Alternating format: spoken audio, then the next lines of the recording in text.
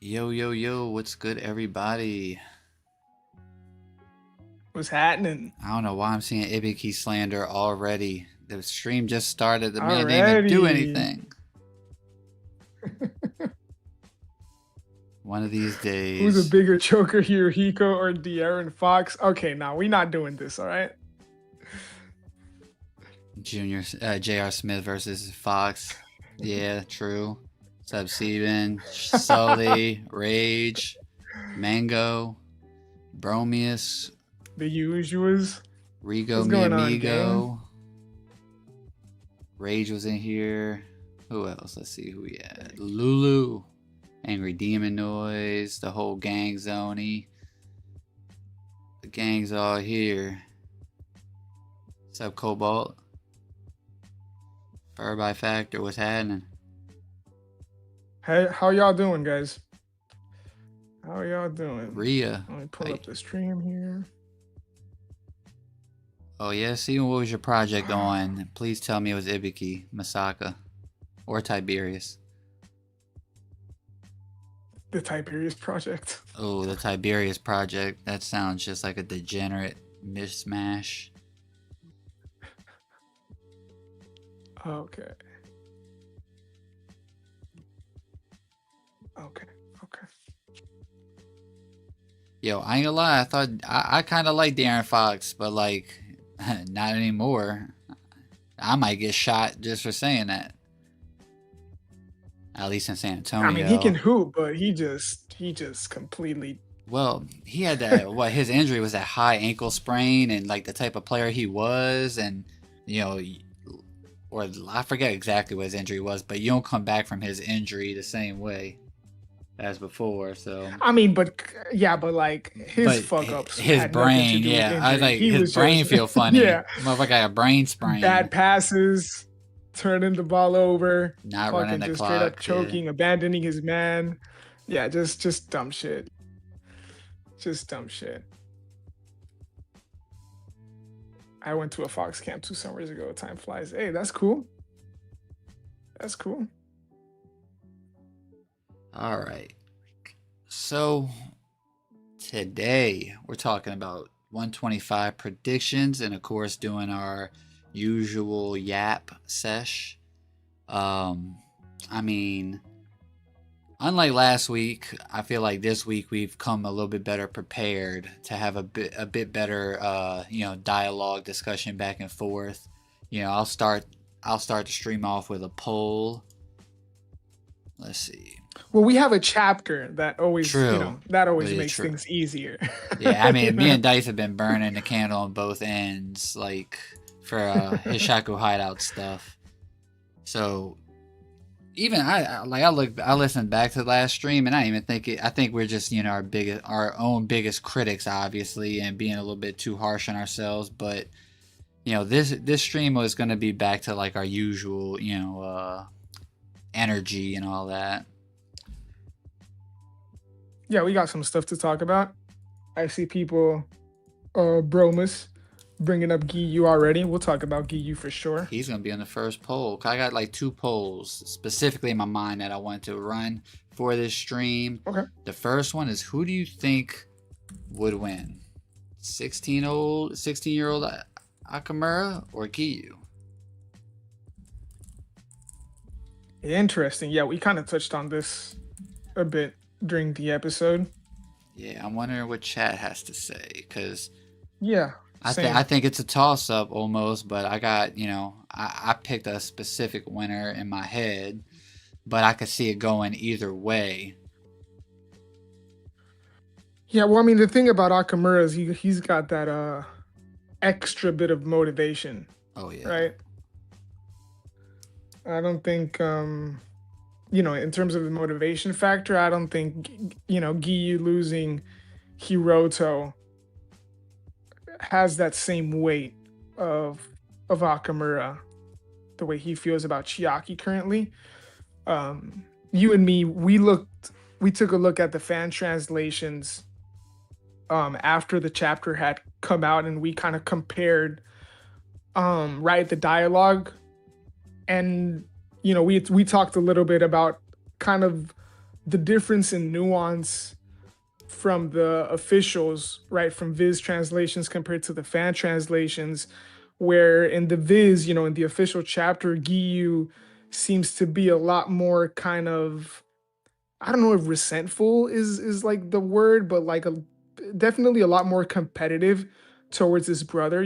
Some of the word choice was like, I will replace him, or like I will surpass him, that sort of stuff. Whereas where you look at the fan translations from the scans, it's a lot more about like carrying his brother's legacy and that sort of energy, if you get what I mean. So Yeah. I thought that was interesting, and I'm really curious as of the Japanese, like where like the Japanese verbiage would kind of lean towards, if it's more towards Giyu being this kind of like more competitive brother, kind of like who just sees this whole thing as an opportunity to restore the Soga clan how he sees fit, or if this is a guy that genuinely cares about carrying his brother's legacy. From what we see in terms of his actions and what he says outside of that, I would lean towards the former. Maybe there is a little bit of course, like it's his brother, and he's looking to carry that flame or whatever. Yeah, it didn't seem like he was Um, like looking to get like ahead of Hiroto. You know what I mean? But it did, not like a competition type of thing, like like Naoya Zenin or anything like that. But mhm. the those two, the fans translations and then the officials, they as you already kind of point out, they kind of frame that moment differently.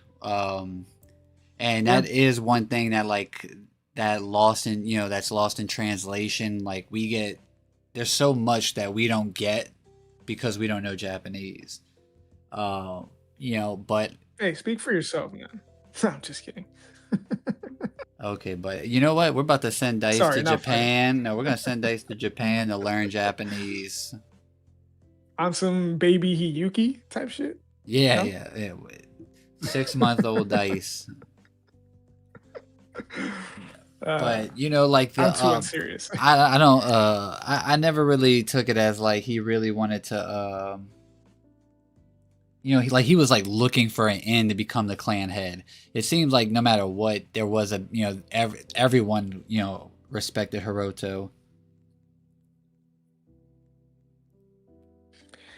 Yeah, I'm pulling up the chapters real quick just so I can quickly allude to some specific lines. Um, right, so like when it comes to the line about him inheriting Kurotsuchi, in the officials, it's I'll surpass my older brother. Soon Kurotsuchi will dwell within my body too. Whereas in the fan translations, it's it'll come soon. I'll be able to carry my brother's legacy as my body awakens the Kurotsuchi ability. Right. So that there's a big kind of tone Yeah. difference in those two translations. And I think the second one was where he says, and I apologize. Where's this other Imagine one? being wrong in two different translations. Blood thinks he really gonna get the Imagine. Kuratsuchi. Yeah, I'm trying to find that second one. Yeah, when he says like I'll be his replacement or something along those lines. That's the one I'm looking for. Um, yeah, okay. So in this one, he says, I will be, in the official's Viz translation, he says, I will be my brother's replacement, in that like panel where he's clenching his fist. And in the fan translations, he says, I'll take the lead for the sake of my elder brother. So again, it's not, it's not a huge difference, but like the nuance, like I said, the context there's a big difference in tone specifically. Um, Yeah, Hiroto was that and so yeah. guy. Yeah, I mean for sure. And they're very different, right? Like I also saw somebody some people kind of talk about on Twitter, and I wish I had the handle to shout them out, but some people pointing to like little differences such as like how this guy smokes out of a more traditional pipe, whereas Hiroto is Oh a yeah. cigarette smoker. So it seems like Hiroto, and with the way Akamura speaks about him as well, I would agree that it seems like Hiroto was a person that seems to be like, it seems to embrace modern traditions um, a lot more, whereas Giyu is kind of more stuck in the past of more Clan traditions. yes, clan, older traditions, Yeah. the kind of stuff we're used to It's seeing from these guys. And it goes in line with how he says that he will restore the Soga clan, right? So yeah, I'm hoping we get more from Giyu. yeah, I'm wondering like cuz and we'll talk about from where last chapter left off and the whole enchanted blade thing. We'll talk about that a little later. But with Giyu, I Yeah. just, like, they say he's like equal to Yoshinojo, but he wasn't sent to Hiroshima because of, like, of his status as like the next clan head if something were to happen if Hiroto. Um, I kind of, and I guess Chad, I'd like to get Chad's opinion because it is said that like the five strongest in the Soga clan are Princess Chiaki's guards or the Soga princess's guards. Yo, And Ty, I'm gonna have to take a minute, okay? I'll okay, be you I'll got be to back handle quick. it. This is All what I right. told you about. Yeah, yeah, Yeah, you're yeah, good. I'll be back quick. Take your time. So, if that's true, and the five strongest Soga clan members guard Princess Soga, we can pretty much rule out Hiroto from that because Hiroto is the clan head, and I doubt the clan head would be on guard duty. But that would mean Yoshinojo, Giyu, or at least one of them is most likely the commander of that elite guard. And we also got the statement in 116 about Akamura already, being of equal power to the commander of Princess Soga's guard. So do y'all think that one, at least Yoshinojo or Giyu, maybe both, could have been Princess Soga's guard, or how do y'all feel about that?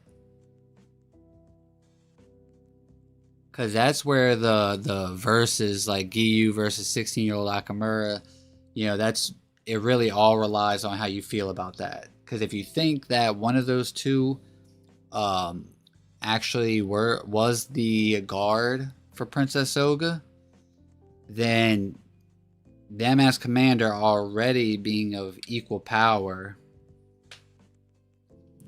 that fight's a toss up.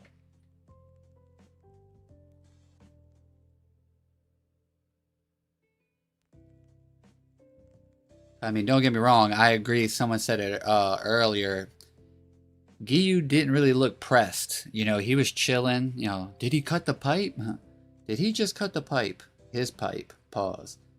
But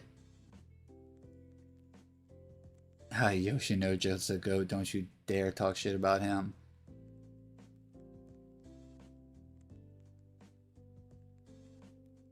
So I guess it depends on how you feel about that statement.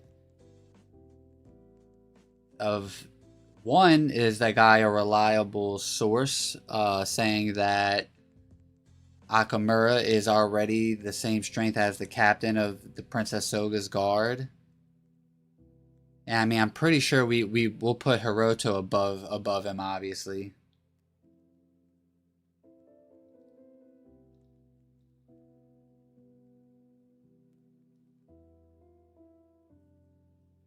And I mean, hopefully we should get this kind of I do think if there is one Soga clan member that Akamura does kill, it's Giyu.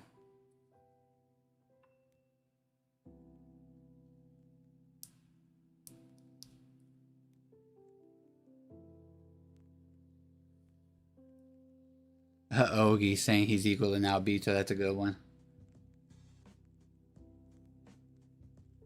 Maybe he didn't say it. I could be misremembering. Maybe I'm just dreaming of Kagurabachi in my sleep. Dreaming of current time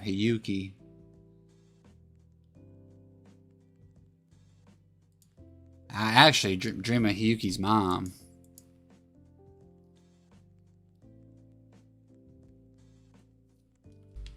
Yeah, the guy in 116 says if it was just about fighting skill, you'd already be a commander.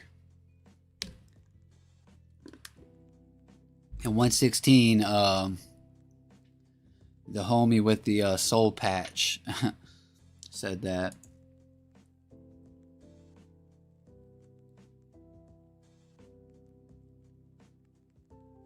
Yeah, I mean, I'm All not right, I'm back. saying. Oh, yeah, it was quick.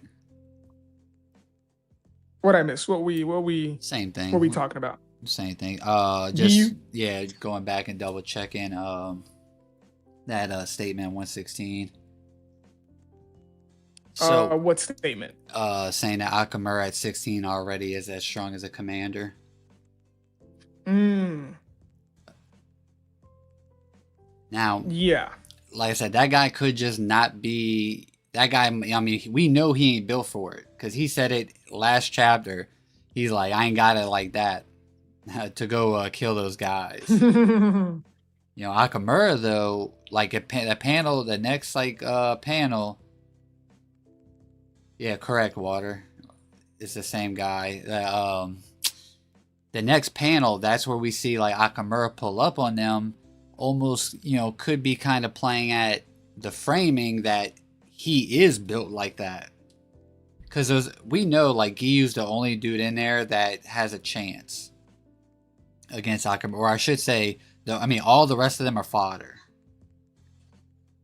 He doesn't have that man Yeah. strength yet. Yeah, Akamura doesn't have actual experience in like true battle. But I mean, he's got the, you know, as Dice said earlier, he's definitely got the motivation to like, you know, hey, Rigo mi amigo, thanks for becoming a member. Goat shit. Hey, that's what's up. Appreciate you, Rigo. Ooh, now we can eat this month. Hey, I see Prince Blade is in chat as well. What's good, Prince Blade? Oh, I didn't even see him in here. What's up, Prince? PB. Jordan, let's see, Iverson. Jordan Iverson. Damn, imagine that basketball player. Could there Yo, they were here. They were here last time. I think you said the same thing. I'm an old man. My brain is foggy. Forgive me. Now, Could there now I be was a? just saying we dream of Hiyuki Dice. That's what when I came in and that's what we were talking Oh, well, about. I mean, I don't Hiyuki's blame you, Mouse. mom, but I say, could there be Oh yeah. another lethal Soga member not revealed? I think we basically got all the Soga clan members, at least the fighting force, kind of like figured out at this point. And unless there's someone that's like excommunicated or some shit, I don't know. But we basically got like the breakdown of the strongest members in that graph, and we saw Akamura just like speed past half of them to get to Giyu's pipe. Pause. Yeah. Yeah, the Akamura Giyu discussion is very interesting because of what what I assume somebody brought up in chat with I saw you like address the fact that Akamura doesn't have that man strength yet, and you can really tell in that one panel where they're facing off. That was the reason, and obviously like along with combat experience or just overall experience with the sword. That's why originally, and you can kind of hear me on the podcast episode where like I did originally think that like Akamura just isn't ready for that, but because of the glaze from the guy that sparred with him, and he would know, right? Like somebody else said in chat, like he is a reliable source. Um, and like I said about like that extra motivation when it comes to Chiaki, I don't know, man. Like I was very easily convinced by you that Akamura could just barely, scrape by him at this point. Just because I think he's a lot more nimble. Maybe he doesn't have the strength, but I think he just might be like in terms of pure skill with the sword and just agility and reflexes and all that. Like I think there's a good chance that Akamura just has the advantage and everything else that isn't strength or experience. I feel like everything else goes to Akamura, and yeah, with that extra chip on his shoulder, I don't think it's crazy to say that he could He could take down Giyu right now. Obviously, we don't have like nothing really. This is just kind of like vibe checking the whole thing. But yeah, that's where I'm at right now. Yeah, and Uh Chad's talking hold about on, hold like, on. I'm sorry, real quick. For by factor, no, we don't see guards around Chiaki because it's supposed to be the same ones that are with Giyu. They're with Giyu. Those are the ones that, in theory, from what we know, those are the guys that are supposed to be Chiaki's bodyguards. well, that's because Okay, they're Chiaki with got Giyu. Akamura. That's the real defense right there. That's the real guard. Yeah, yeah. I'm sorry, Ty. Go ahead. Nah, I was about to say they were talking about like them having a Akamura and Chiaki having another sibling. Well, it's that Soul Patch dude. He's definitely got the worst genes. One sibling awakened the prophecy ability. The other one is possibly a Kurasuchi candidate, but also becomes known as the Sword Saint, and he's just there. Wait, who are we talking about? I'm a bit lost. I'm The sorry. guy that says mother in the chapter, the Oh, with the scar. yeah, he was no, the guy that was like she was like go kill them, and he's like I can't. They too Yeah, yeah, yeah, strapped. yeah. Yeah, doesn't he have like a little scar? I think he does. No, I might be tripping. Anyways, yeah, the discussion regarding whether he's actually Akamura and Chiaki's sibling is very interesting because I can kind of see it both ways. I'm See, not sure exactly if there's like a consensus on that. if Chiaki's mom was like from the main branch, I could see maybe them calling her mother, but because she's like a because she's like a main uh, I can't think of the word, but because she's like a basically from the branch families and not the main lineage of the Soga clan, I don't. Mm-hmm. That's what makes me think that he's actually calling her mom. Like if she was from the Like a main line, matriarchal type like thing, like a. that's his real mother. Oh, Like okay? So you do think he's a sibling of Akamura's and Chiaki? at first, I was like I can't see it. That has to be some weird thing. But a lot of people brought up like the Mm-hmm. kanji actually does mean mother, and because she's not from like, well, I guess that doesn't necessarily have to be a case. I guess she could technically be a full Soga, but the guy she got with could be a non-Soga person. Where's their dad at? Yo, whose badass Um. kids are these? Yes, I Yeah. Slat See, says. I wouldn't like. I'm literally 50-50 on it because I'm so like I'm. I would not mind at all if this is like an older brother of both. I think that would be like a I think there are some interesting things that you can do with a character like that without him having to be like a major player in anything, but just have him as an older sibling of both. And I think there's kind of like I said, just little interesting things that you could do with that kind of character. But at the same time, just because obviously, even though Chiaki and her mom come from a minor branch, however, yeah, whatever the details of that may be, just because Chiaki was elevated to the status of princess, and obviously along with her, so was like her mom in terms of like obviously the status and the way she's regarded by the rest of the clan. I can also see a situation where that's just the way she's addressed because she's the mother of the The Soga esteemed princess. princess, the great princess of the Soga clan. It really, that's why I said kind of like a matriarchal type thing. Like I can definitely see a situation where they just address her as mother. Me Um, personally, I'm addressing her as ni hao fine shit, and I know that's not yeah, Japanese. I don't blame you. I'm Yeah, I gonna be don't blame you. like, You and a couple of people. let's make another. Oh, I know what you're saying. Let's let's make another Sword Saint. Okay, Tiberius. All right, Tiberius wilding, guys. sorry. I love the their mom. I can't can't help it. Bachi moms. Yeah, no, Bachi we've baddies. talked about this. But Machi moms specifically. yeah, whose You know. badass kids is these? I need to see where the dad at. Maybe Akamura needs to get Oh, his ass hit, spanked. oh man. Yeah, who's doing the spanking? Tubier's calm down. Typical Tuesday behavior. It really be like that. I blame Dice. Yeah, of course. Blame dice. Blame dice. But Sup, okay, Emil? where were we? All right. We still But talking about oh, Giyu? nah, fuck you. Kicking trees and Fuck you. Yeah, shit. I By second the that. way, you know what? If there's one reason to shout out Giyu, it's the fact that he finally like got tired of all the tree symbolism and the tree imagery and this bullshit. Every time we see any kind of tree, the Hiyuki's family picture, there's a goddamn tree in it. I mean, the tree that was on Hiroshima, the trees that the way the Hokusan draws Everywhere. the trees, yeah. Giyu said, "Fuck that, fuck Hatshaku. I'm not down for that," and he kicked that bitch.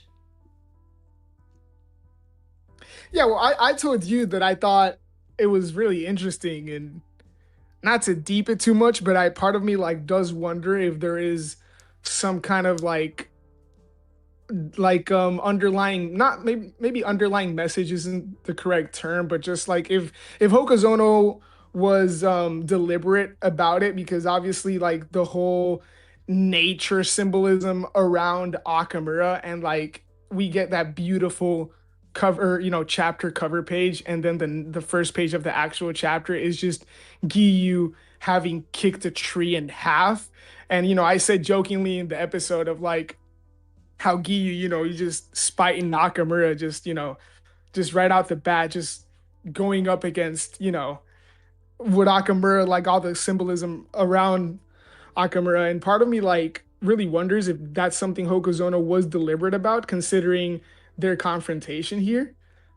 Even if it's like a nothing burger, I thought like it's pretty interesting. It's pretty funny. Chat tickle Sully's feet. He's over here already making Giyu's Hatshaku theories.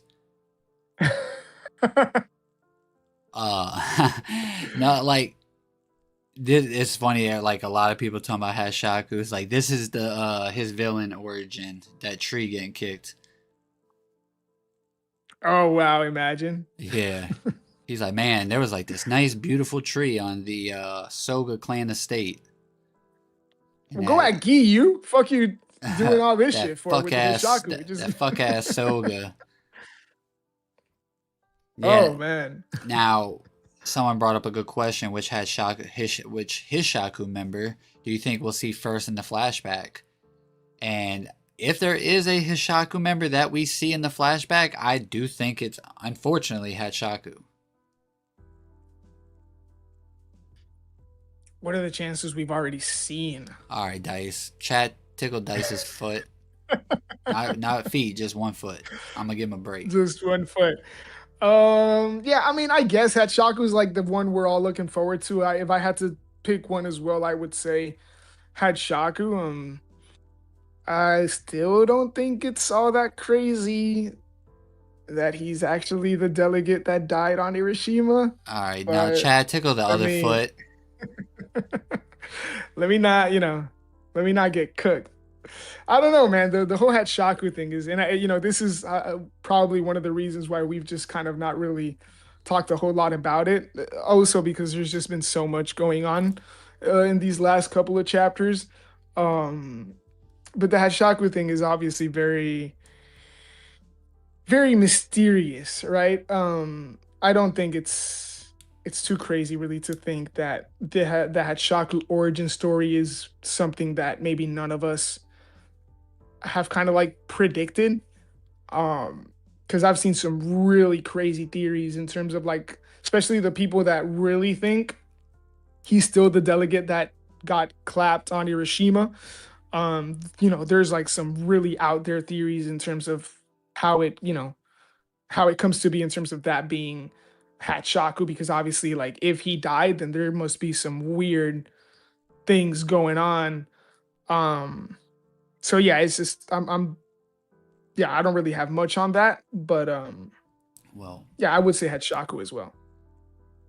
first off, Hatshaku, if anything, is just a man with horrible fashion taste. Now, Yeah, Yura being the. Oh, 1 second. My daughter's about to go nuts.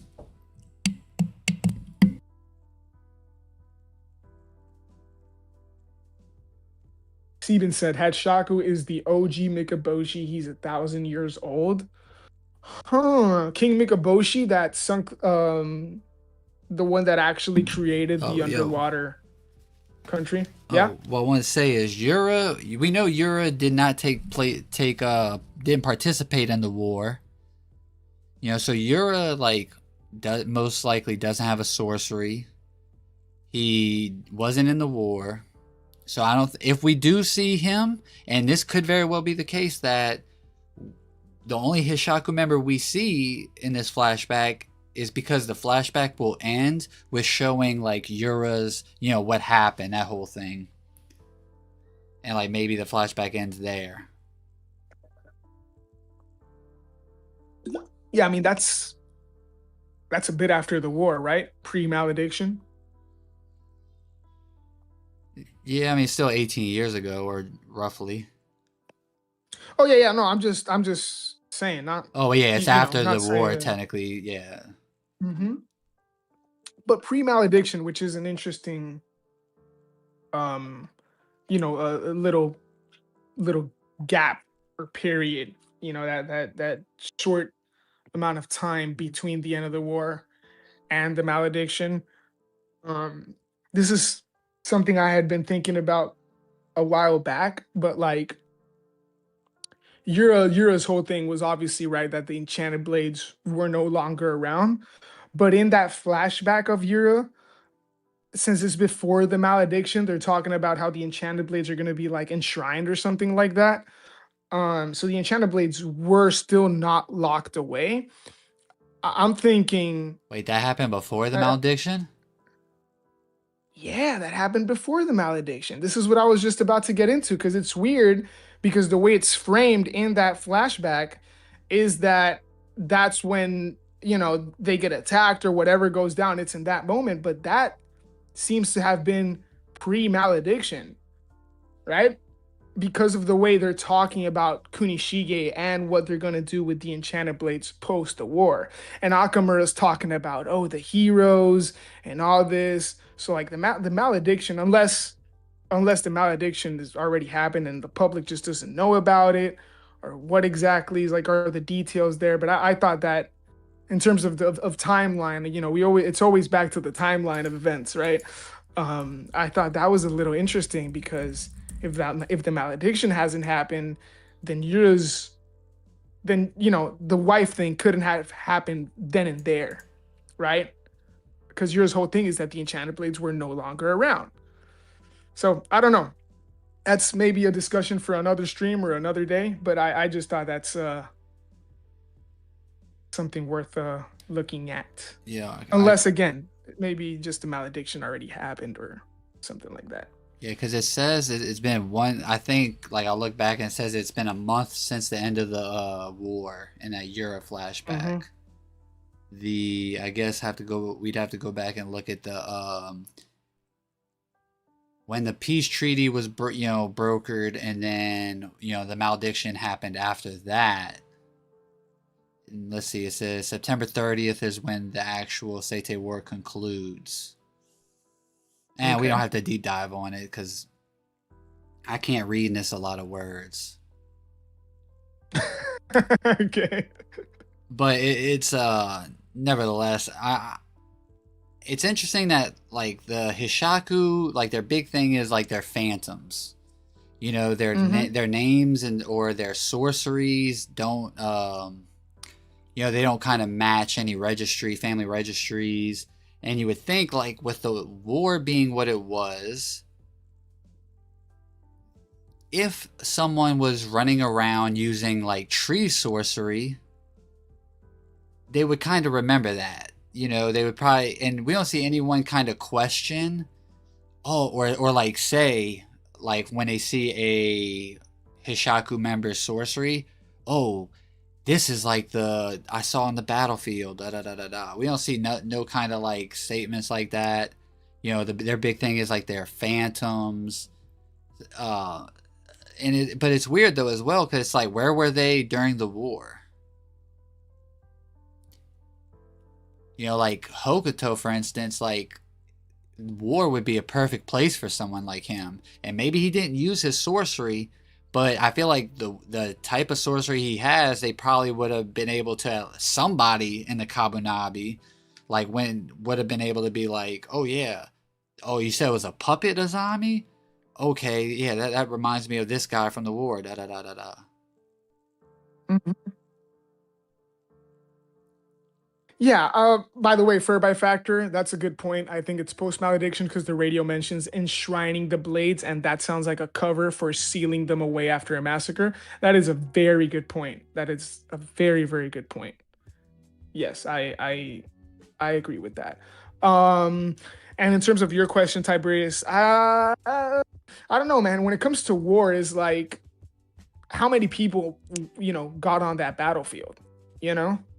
True, but they should I have wouldn't. enlistment papers or like some idea of who Well, actually that's enlists true. in the war. Because like that's just Well, yeah, standard wartime stuff of like knowing who you got and where to send them, and that only way to do that is knowing what sorcery they have, and how strong they yeah, are. no, yeah. That's a very good point, and we know that there is nothing about the Hishaku in any.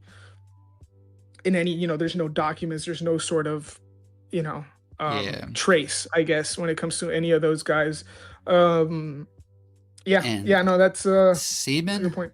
I would say if it's such a you know standard sorcery, the tree sorcery, I we ain't seen nobody else use that bitch. We don't see much sorcery to begin with, to be fair, but I feel like the sheer scale of that Hachaku and how the utility of that sorcery, I do not think that's a standard sorcery or like Yo, Poe comments. Poe Poe asked, "Who are the top 5 eaters in the verse?" Oh, Hold on, what kind of eaters we talking about? yeah, I mean, 'cause we can go a few different ways with this list. Water goes eaters. My reaction exactly when I read that. Oh, Poe The never last time we saw change. regular ass sorcerers fighting, the Shigyu brothers. Oh man. Now, why the fuck are we talking about the Shikyu brothers, They Tiberius? some regular ass sorcerers that we saw fight. Steven says Hiyuki top 2 eater. Who's your top one? All right, now not too much of my boy, but either way, Uh, like yeah, go ahead. it's just. But there's a reason why Hatshaku did not want to go step foot into Kabunabi headquarters because it He's was not built like that, bro. I'm just playing. Go ahead. that shit. He might be. He Yeah, he might, but might he be. might not be too. But I no one's ever the only person that's like, well, I guess he didn't see him, but he smelled him was Samura. And Samura said that like Yura's smell, his manly musk wasn't familiar. He didn't remind him of anyone. And he didn't mention anything about Hashaku's, like seemingly being familiar. But there's a reason why Hatshaku did not want to go into Kabanabi HQ. And, that had to be like, it has to be something pretty significant, I'd imagine. I mean, in part, Hatshaku was the one handling the hostages. He wasn't just twiddling his fingers. He had a role to play. He was handling the hostage situation. Yeah, What I'm saying is like it doesn't nest like there. It isn't 100% that like, oh, there's this, he would have been recognized or something like that. Like it could be. I think you might be onto something, but I think it's important to highlight that he did have a role that he was fulfilling from that station, you know? Just Oh my god. I just my daughter. I think my daughter fucked my monitor up. Babe, we need to. oh We're gonna god. have a new kid. We getting rid of this one. Nah. oh god.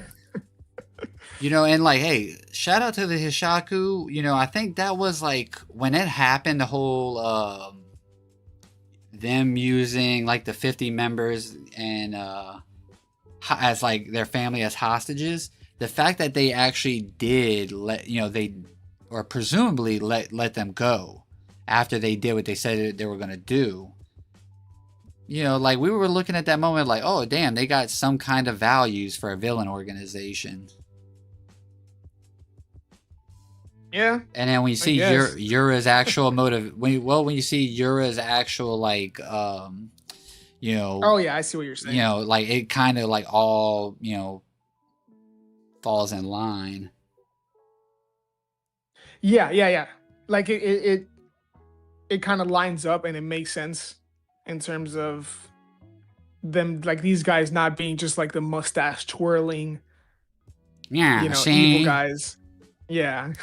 That's probably how I had Shaku's voice actor is gonna sound. Yeah,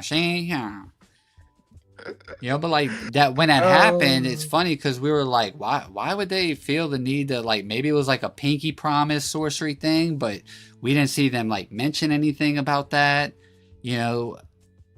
So it was like that was kind of weird. Like, why not just say, "Oh yeah, we'll let him go," but just not actually let him go? But I'm pretty sure Hashaku makes the call, like, you can let him go now. And who was like holding them hostage? I want that's a good question. If I was in a Hishaku, I'd want that job away from all the bullshit. Yeah, well, with the Hishaku, it's always been about the quote unquote necessary sacrifices, right? At least that's how. Yeah, that poor teacher fell on the wrong side of that necessary boy. That motherfucker just caught Kaguri on a bad day, man. No, I'm telling you, bro. He was about to start shit, bro. He just didn't see it on panel. He was talking shit to Kaguri. He was hitting him with what are you doing on school grounds? You're not no and like. Yeah, what you doing over here in that shirt? Why you wearing a jump shirt? The fuck? You look like parachute pants matching top. Hold on, Mal's got a very important question for me. Dice, who's better? Kagurabe, girl with icy skin, or Tamaki? Is Kagurabe the new one from the Sorcery Bureau? Who's that? Who's Kagurabe? On Dice's Durag, nothing beats Dice saying Urang. Okay. But Horizon, if they kill their hostages, who's gonna be the one to say, "Oh yeah, they killed the hostages"? Yeah, like they're all dead. Yeah, like. No, I see what they're saying though. And plus, they're already an evil organization, and I don't think people are fact checking them. Like, do you have references I can call and make sure that you didn't kill their Yeah, I guess. I do see where they're coming from though. Yes, she is. Okay, so it is the Sorcery Bureau chick, Bob Cut or whatever. Yeah, the Bob. I don't know, man. I don't know. I like Tamaki's hair, dude. I like Tamaki's hair. We hair scaling now?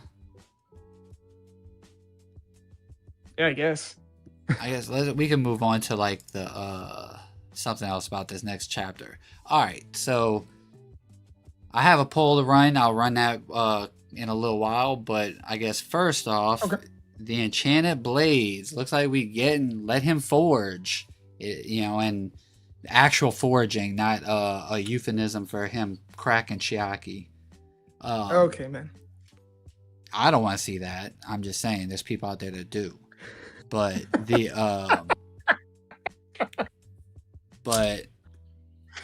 so I mean, I guess I can Do you think that we're gonna start next chapter with like the continuation of that, or do you think we're gonna get, or is it gonna just start with maybe the reaction from the Sorcery Bureau of the Datanseki that Shiba stole and all that? I think the latter is more likely. I personally think that it would make sense to kind of put the Enchanted Blade stuff on the back burner for a bit. We know that Kunishige's in the forge. We know that the wheel is turning on that side of the fence. I think it would make sense to kind of step away from that for a couple of chapters because, like, like I said to you in the episode, I believe we know that the Enchanted Blades are not making their appearance anytime soon. And like, sure, we could get some insight on like the that whole process, which I still believe we will. Um, but I think it's kind of like a good opportunity to kind of get away from that, um, and kind of focus the scope on, like you said, the Sorcery Bureau side of things, um, potentially Hasumi's fate. That's something I put down here. You theorize He's 6 feet that under. he's 6 feet under. I don't think that's crazy to say at all. But I am very interested in kind of like the Sorcery Bureau's place in all this because eventually, from what we know, it does seem like they end up taking what's the word? They end up taking fuck, I can't speak English tonight, but like basically they're credited for the whole Enchanted Blade resolution. Like that's something that when we hear about it in present day, it's like it was the Sorcery Bureau's plan of action the whole time. So I'm very interested in how that kind of happens His from like Hasumi's where name they're is at not on now. that document. Is not in the history books. Nowhere, They bro. erased that man. No, bro. No, bro. So like yeah, I think the Sorcery Bureau stuff, Shiva as well. We also talked about like the Mikaboshi. Maybe we pivot to like a Mikaboshi POV. But I don't think next chapter is gonna focus on the Enchanted Blades. I think we should kind of step away from that for a couple of chapters. More Soga stuff, more Akamura, more Chiaki, Sorcery Bureau, Mikaboshi. That kind of stuff is kind of like what I'm looking forward to these next couple of chapters. And of course, there's the Chiaki Kunishige conversation, by the way, which you and me are kind of of different minds right now. You think that conversation hasn't taken place yet.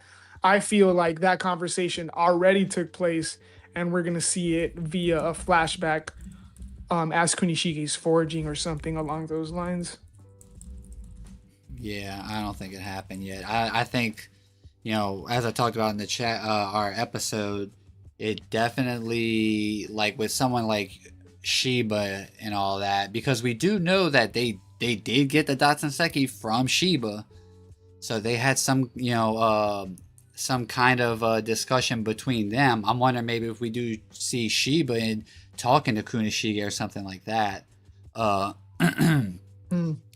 but we also know that there hasn't been a whole lot of time since they had their meeting, and I look back during the episode to kind of like track it, and they have to give Mhm. up Princess Chiaki. Like they're getting ready to give her up, but now with this, they're not going to be able to. I feel like Kunishige has to present something to like kind of appease them to some degree, because the Mikaboshi are gonna come swinging when they can't get Princess Soga. And since Mm. they have fucked up and took the Datanseki that they're also supposed to return. And they were cool returning it because they had a 6-month-old baby to rely on. Does anyone know how much like raw steel it takes to make a katana like IRL?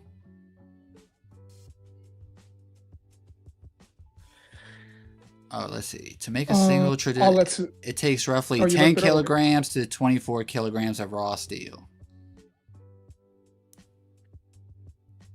How much they got? 36. 36.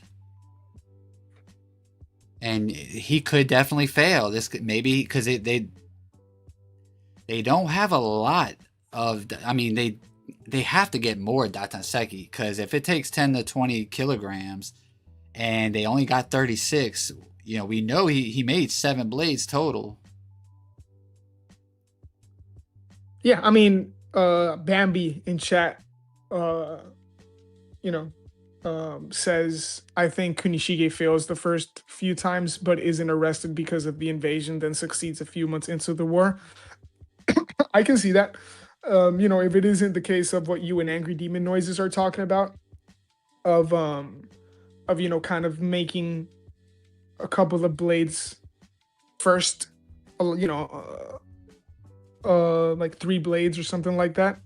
I could see Kunishige failing for Yeah. sure, and then only getting the hang of it later on. Yeah, it's gonna be interesting to see just like how does Japan hold the Mikaboshi off from just like stampeding on them, because we know Well, like the that's the top thing. tier sorcerers can like kill like the Datanseki Durag force. Like Mashiro is like high diff, but Shiba and them beat theirs like pretty easy. See, I don't think Japan finds any sort of way to hold on to these negotiations. I think this is where the Mikaboshi invade. Well, yeah, I mean, like, how do they not stop from just getting ransacked completely? Because the way it looks, like, if those guardians step foot on Japanese soil, they have death scorpions and shit, like instant kill things. I'm wondering, just Well, like I think, yeah, I mean, to me, that's kind of, since we saw what the Mikaboshi were capable of, that's been the question. That's been the question, right? Because again, the Enchanted Blades only, come in towards the end. How the fuck was it that Japan was able to survive, even though they were losing, for most of the war? How was it that they didn't just get completely, overtaken. um, yeah, just stopped, right? I do think, and I think this is people that have said in this, if not in this very chat, I've seen it like in like comments or something along those lines. I'm not exactly sure where, but it is a good point that the at the end of the day, like Japan is obviously, when you compare the land masses, right, from like Shikoku compared to like mainland Japan, and of course Japan is there's a couple of main islands, but there's it's a whole bunch of land. I can see like that is a good um kind of reason, I guess is what I'm trying to say, for why they weren't able to just completely take over, because we're talking about a very, like, when it comes to population, they are very few. So maybe they just did as much as they could with the amount of bodies that they had, but just weren't able to completely take over Japan. And I think that's very fair, because when you look at when you look at the landmass difference, it's a difference, or at least the way like Shikoku has been portrayed and what we know of real life Japan. So I could see that potentially being a reason. And like someone brought up, who was it? I think Fur talked about they don't think that Aryu truly wants war.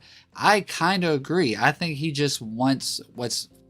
There's a part of me that thinks that his dad is the one always talking the craziest. Aryu is basically following suit because he thinks it's what's best for his people.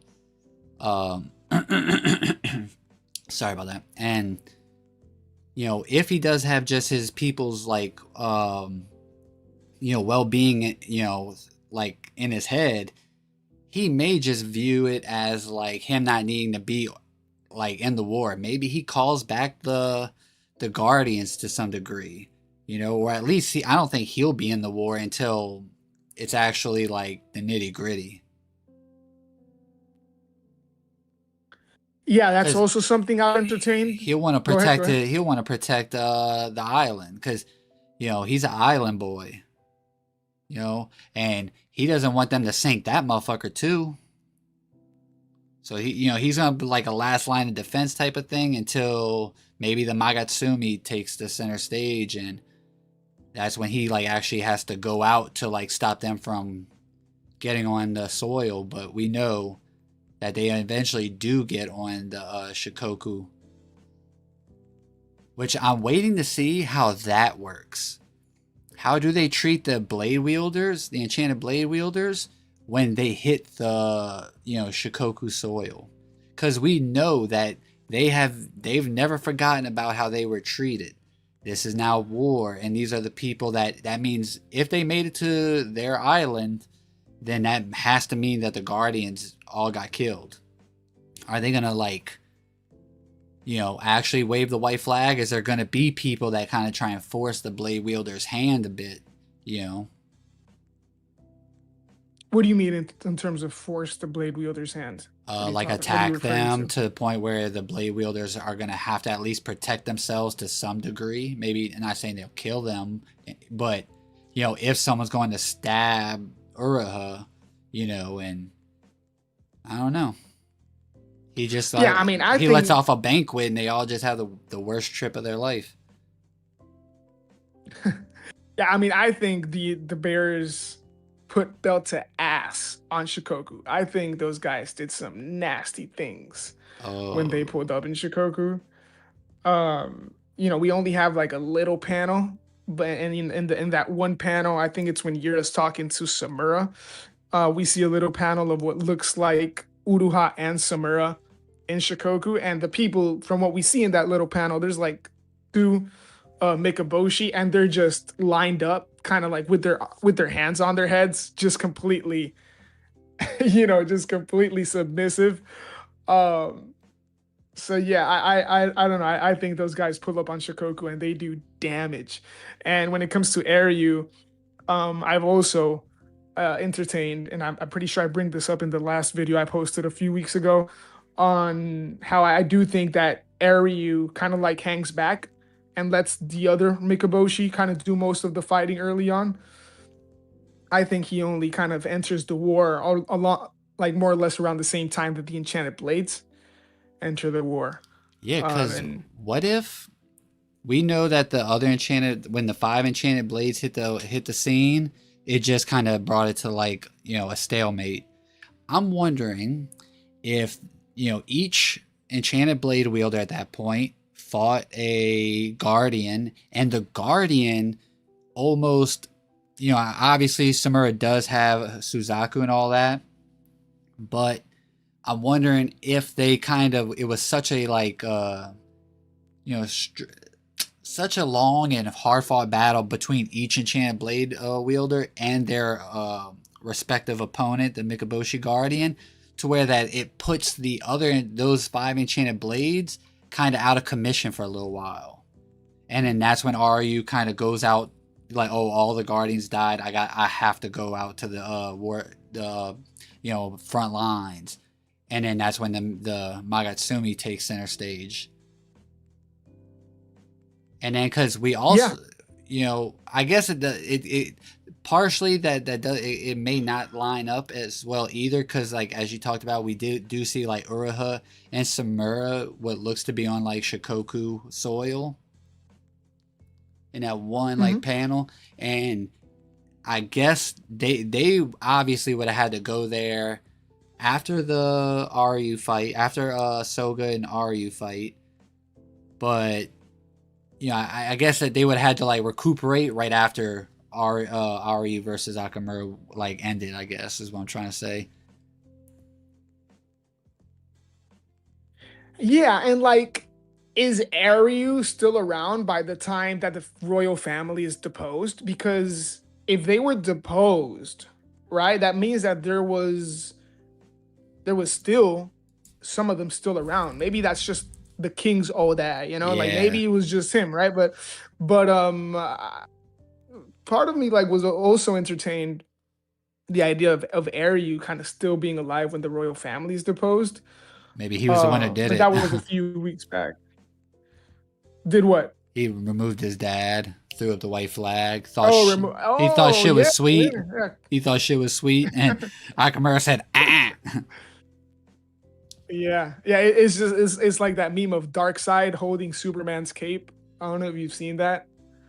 Like, you're not going anywhere, Oh buddy. yeah, I did see You haven't that. seen that? Yeah, Yeah, yeah, I saw that before. It's like some shit like yeah. that. Um, I mean, I don't think yeah. the king has any powers either. So I think, you know, once the Datanseki, his Datanseki Durag Force gets dealt with. Oh, what just happened? Oh, got a new subscriber. Stony Baloney. Appreciate you subbing. The king Appreciate you, is Stony. the king is definitely getting euthanized by Akamura. Facts. But I can see like the people just kind of like banding together and like just overthrowing the king once the guardians, because they might just like really ride for RU. You know, I feel like Yeah. RU is like the people's champion, and it's just the king is a dickhead. Like, I have this Yeah, I like mean, Aryu. theory about like him and Chiaki kind of like mirroring each other to like a small degree, about them, doing what's best for their people and their clan. Yeah, I mean, I think you've been cooking with that because I think there's definitely something there. I could definitely see something along those lines for sure. I mean, I was gonna say something about Aryu earlier. I forgot. my bad, Sorry. bro. No, you're good. You're good. Yeah, and like, I really want to see what is Shiba's like mindset towards the Mikaboshi.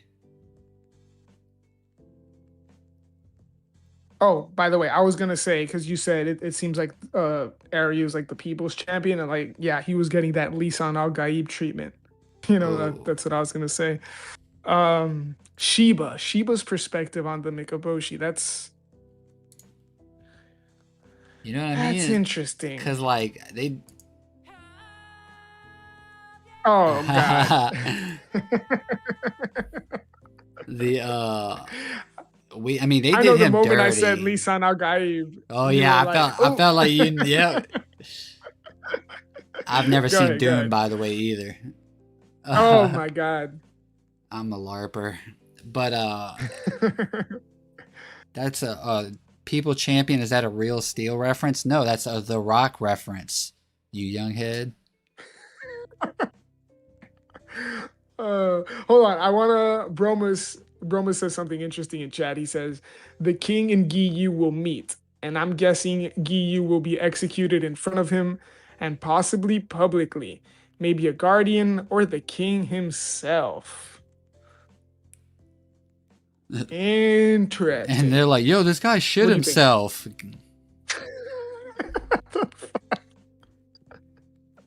Like, this guy shit Oh, himself. We didn't even do anything to him yet. damn, imagine the Mikaboshi kill both Hiroto and Giyu. That would be like And we don't really care about that second one. They can have that as luxury tax. You know what I'm saying? No, what I'm saying is like they really, they really getting it back in blood when it comes to the Soga. Because if Akamura isn't the one to kill Giyu, then I could definitely see something along the lines of what Bromus is saying. I think that's not, I don't think that's far fetched at all. Mongo's over here, man. You What might you be know onto about Real something. Steel peak 2011? uh, yeah, that's a good movie. I'll Shout take out your Hugh. word.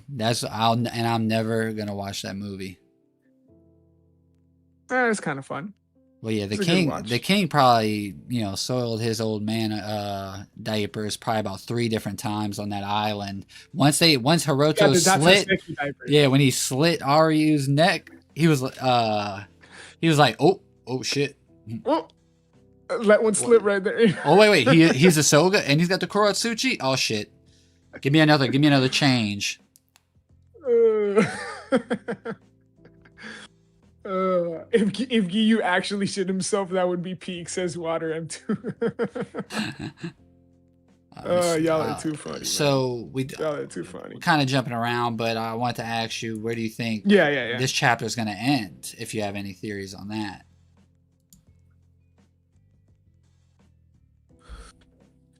Man, where's this chapter gonna end? because With you're of the I do have to say with Go ahead, go ahead. I was about to say, you're of the thought that we're getting a cutaway and we're not going to see the Enchanted Blade stuff this chapter, right? It's going to be more around like the discussion surrounding that. Yeah, I think if we get any Kunishige stuff, I think it's gonna be the Chiaki conversation, whether it happened like already or not. I think I think that's the Kunishige stuff that we would get into. You know, Okay. him and Chiaki, not necessarily the Enchanted Blade forging side of things. I was gonna say like I guess I could see like the first Enchanted Blade being how the chapter ends. You know, like what you just asked. Like I could see the first Enchanted Blade being crafted as the ending of the next chapter. Um, which you know what I told you during the episode that this chapter, the one that just dropped, you know, had me thinking in terms of how Hokuzono was gonna handle the pacing of the next couple of chapters, and if you know the chapter that we just got was kind of like any sort of indication of how he was gonna go through the next couple of ones.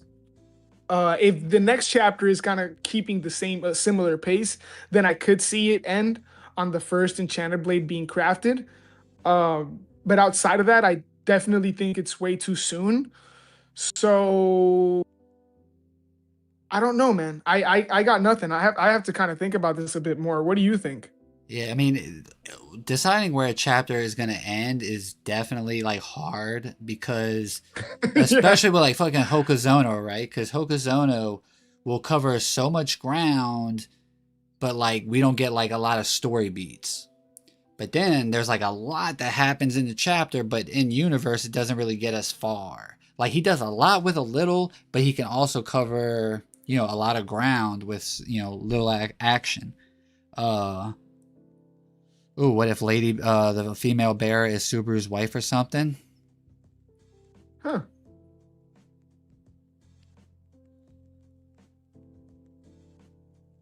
Let's see what's Just Verb saying. With the pace, I don't see us getting the Enchanted Blade made too quickly. At least 3-4 chapters. Yeah, if the Enchanted Blade is actually gonna like be a complete like success, it's definitely gonna stem like the time gap that we're missing here is gonna be about a politic thing. You know, it's gonna be the politics regarding like what they're gonna do with it, what's you know the court in their next course of action because they can't hand over the Datanseki and Chiaki no more.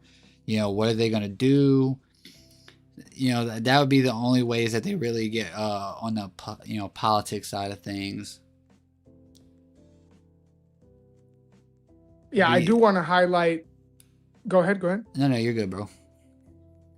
I just want to highlight two chats here. I think these people are Kirk and Bambi again says I think it ends with an introduction to an enchanted blade wielder, maybe Lady Bear and her relationship to the verse. You know, ending on an enchanted blade bearer, whether it's any of the ones we know already or Pinky, I think would be gas. Definitely hype. That I didn't really think of that. I think it's a bit. I don't know if it's crazy to say it's. I think it's a bit too soon still. Like maybe we see. Yeah, I think that's a good shout. Actually, I'm not sure, but I think that's a good shout. And Broma says Sorcery Bureau forming a squad to look for Kunishige, or Shiba standing off with the higher ups, or EB project progress update, or maybe a cutaway to begin the story of a sword bearer. So kind of along the same kind of thinking there. I think any glimpse of a sword bearer would be pretty interesting. Originally, I was thinking like getting recruited by Kunishige, and that's why I was thinking like it might be too soon. But just getting like a random cut to one of the sword bearers, I think would be very hype because it automatically lets us know that we're starting to get closer into those guys coming into the picture. Yeah, I want to see like the summons for the sword masters to meet at a you know whatever location because you know I kind of made that joke a couple episodes back about like American Idol, but it'll be you know Japan's next enchanted blade wielder, and it you know just Kunishige and his panel like you know vibe checking these sword masters and their qualifications, but like all jokes aside, I I'm like looking forward to like seeing the that like signal being shot where it's like, oh, we need all the sword masters to meet at this location because they need to choose whatever. I don't know how they'll describe it to them in a letter or whatever, but you know what I mean, just like because that's when we're gonna see like the Masaka brothers pull up. That and once everyone's gathered, that's when we should see Itsuo Shirakai, you know, cutting down, basically almost killing the Masaka brothers and all these other like interminglings of who gets chosen in what order. And that could also be the thing that like holds up, like if an enchanted blade does get made, you know, Kunishige, fighting with the top brass to be like, I won't make any more blades until y'all agree to these demands. And because like now he's kind of got the power on his side because he's like, I already fucked up the Datanseki you were supposed to hand over with Chiaki. So like now you gotta go to my demands. You gotta like kind of like lean on my side a bit. Like I don't have to give y'all what y'all want. But because without him they're gonna lose. Now they have no choice but to like gamble on him. Yeah, the again when it comes to like the sword bearers being recruited, I'm interested in seeing how that's gonna progress because right now, like you just alluded to, like Kunishige is doing everything kind of illegally, not kind of, right? Just straight up like illegally. And I get the feeling that once, they start kind of calling out for all the sword bearers, it seems like at that point it's not really something that is being done in secret. Which by the way, shout out Mike up who's in chat Oh here. shit. He says maybe we'll see the sorcery bureau building the counter sorcery army. That is also a very good shout. That is also a good one for sure. Yeah. And For that's sure. the Mike up Masumi goes says, under them and yeah, and we already got a glimpse of the Masumi. yeah. Mike up says, might see Shurikai get mad at Kunishige choosing Pink Bear. Yeah, That's funny. that's actually in character. Yeah. I did not have chat up. Yes, Water. That is the mic up. Yes. Yeah. So I think those are all good shouts. The counter sorcery army in particular is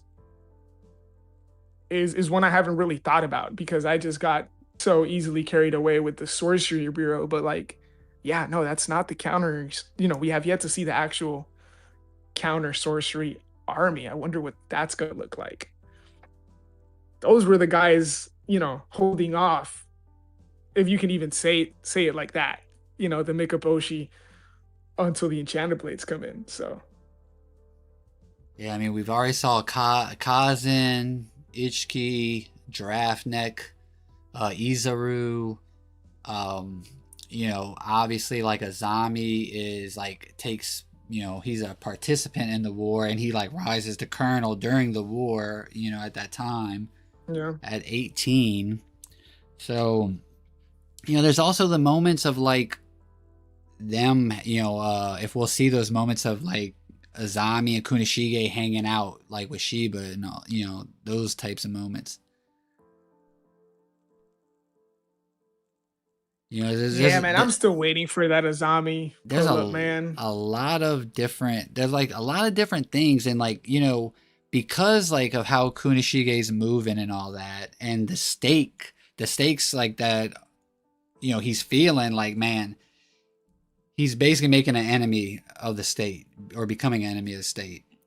The Now he's basically forcing their hand to where they gotta like go or with his plan. A lot's riding on him, but obviously we know he's like he's built different in terms of like swordsmiths.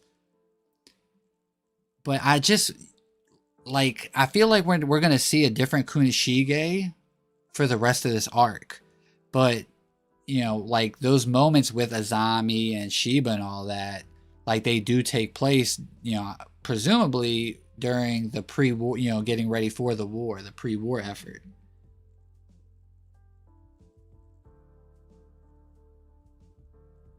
I'm sorry, but what are you saying? Oh no, I mean just like Kunishige's like demeanor. Like I feel like he's gonna be like Mm, way more serious like going forward because of like how much is at stake and the fact that he forces the the top brass's hand to go through with his plan because they will have no other choice because they're not gonna be able to wait for 6 month old Hiyuki bomb to be dropped. yeah, he really put him in a tough pickle, huh?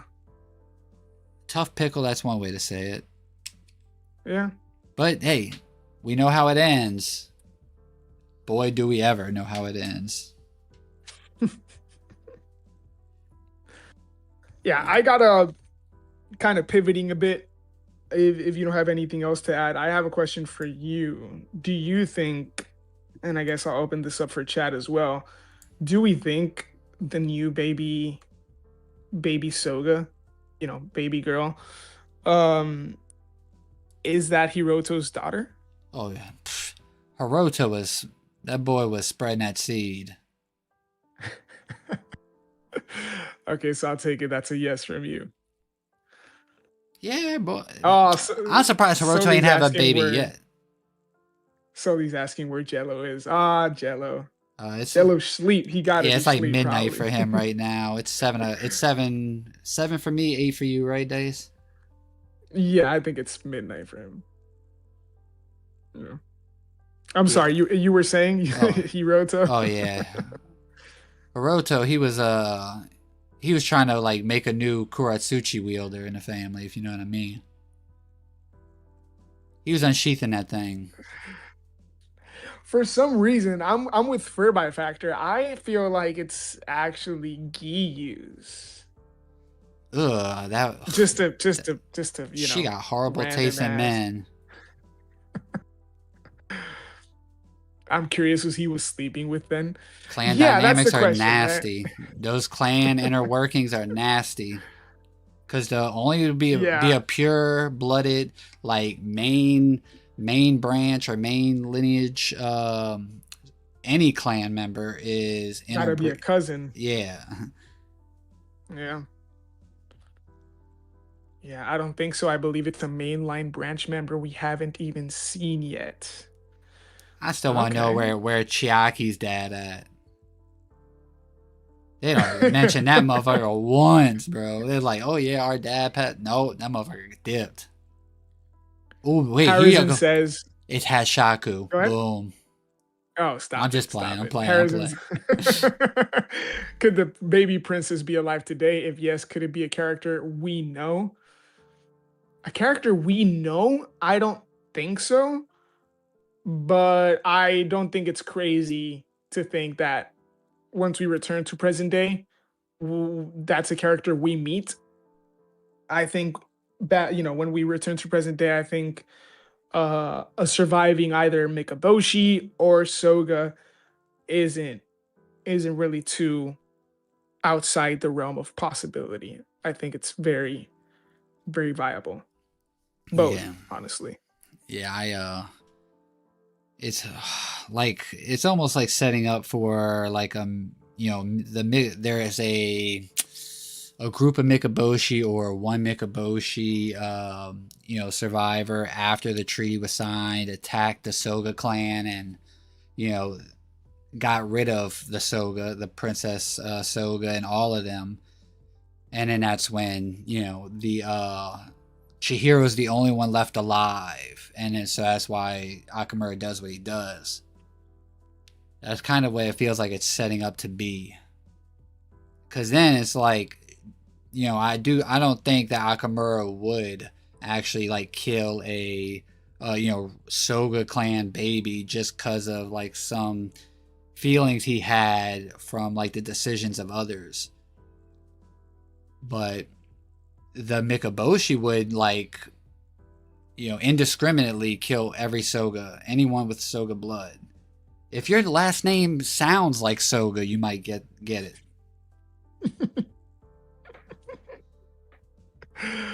Yeah, yeah, yeah. That's why I still think that the Soga were killed by kind of like rogue Mikaboshi after the treaty. Yeah.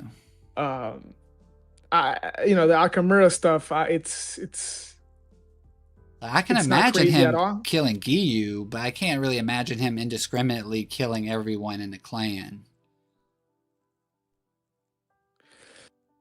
Yeah, I don't know. I don't put anything past him at the same time. I'm very much on the fence about Yeah, it. true. Yeah, like it went from 'Cause- The Soga softest boy to Satan's strongest soldier. You right?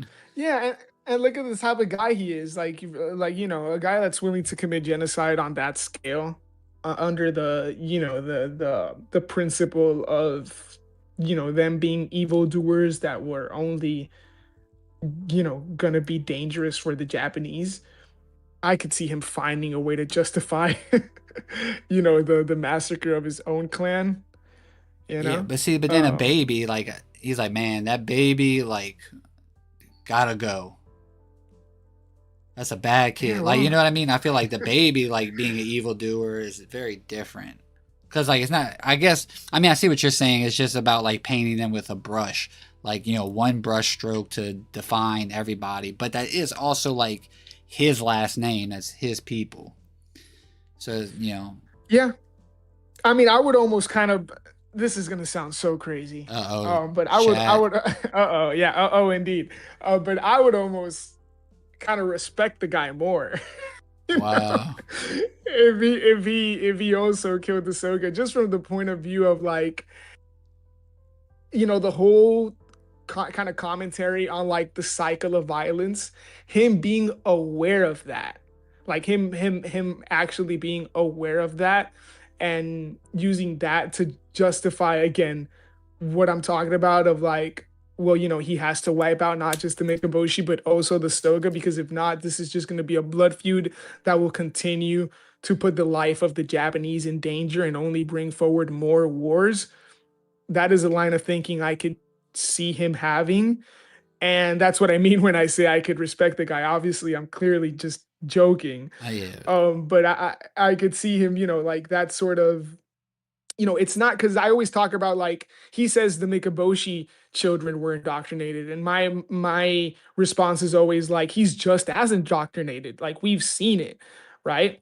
Yeah. You haven't really seen it in terms of how he rides for the Soga, but we know like the kind of culture and environment that he came up in, I'm sorry, and the way he talks about the Mikaboshi, like if his people weren't all too different, like he doesn't literally become the thing that he destroys, right? Him actually, like the twist being that he was actually pretty self-aware of the whole thing, and that kind of playing into why he eradicates the Soga clan, I think would kind of add some nuance to to his character, about like where it wasn't just like this thing about um Chiaki and ridding the world of these dangerous people, but him just ridding uh the world of this feud entirely, Well, of all clans, because we know this cycle. he first thing he does, first day out, freestyle, he like starts a war with the clans.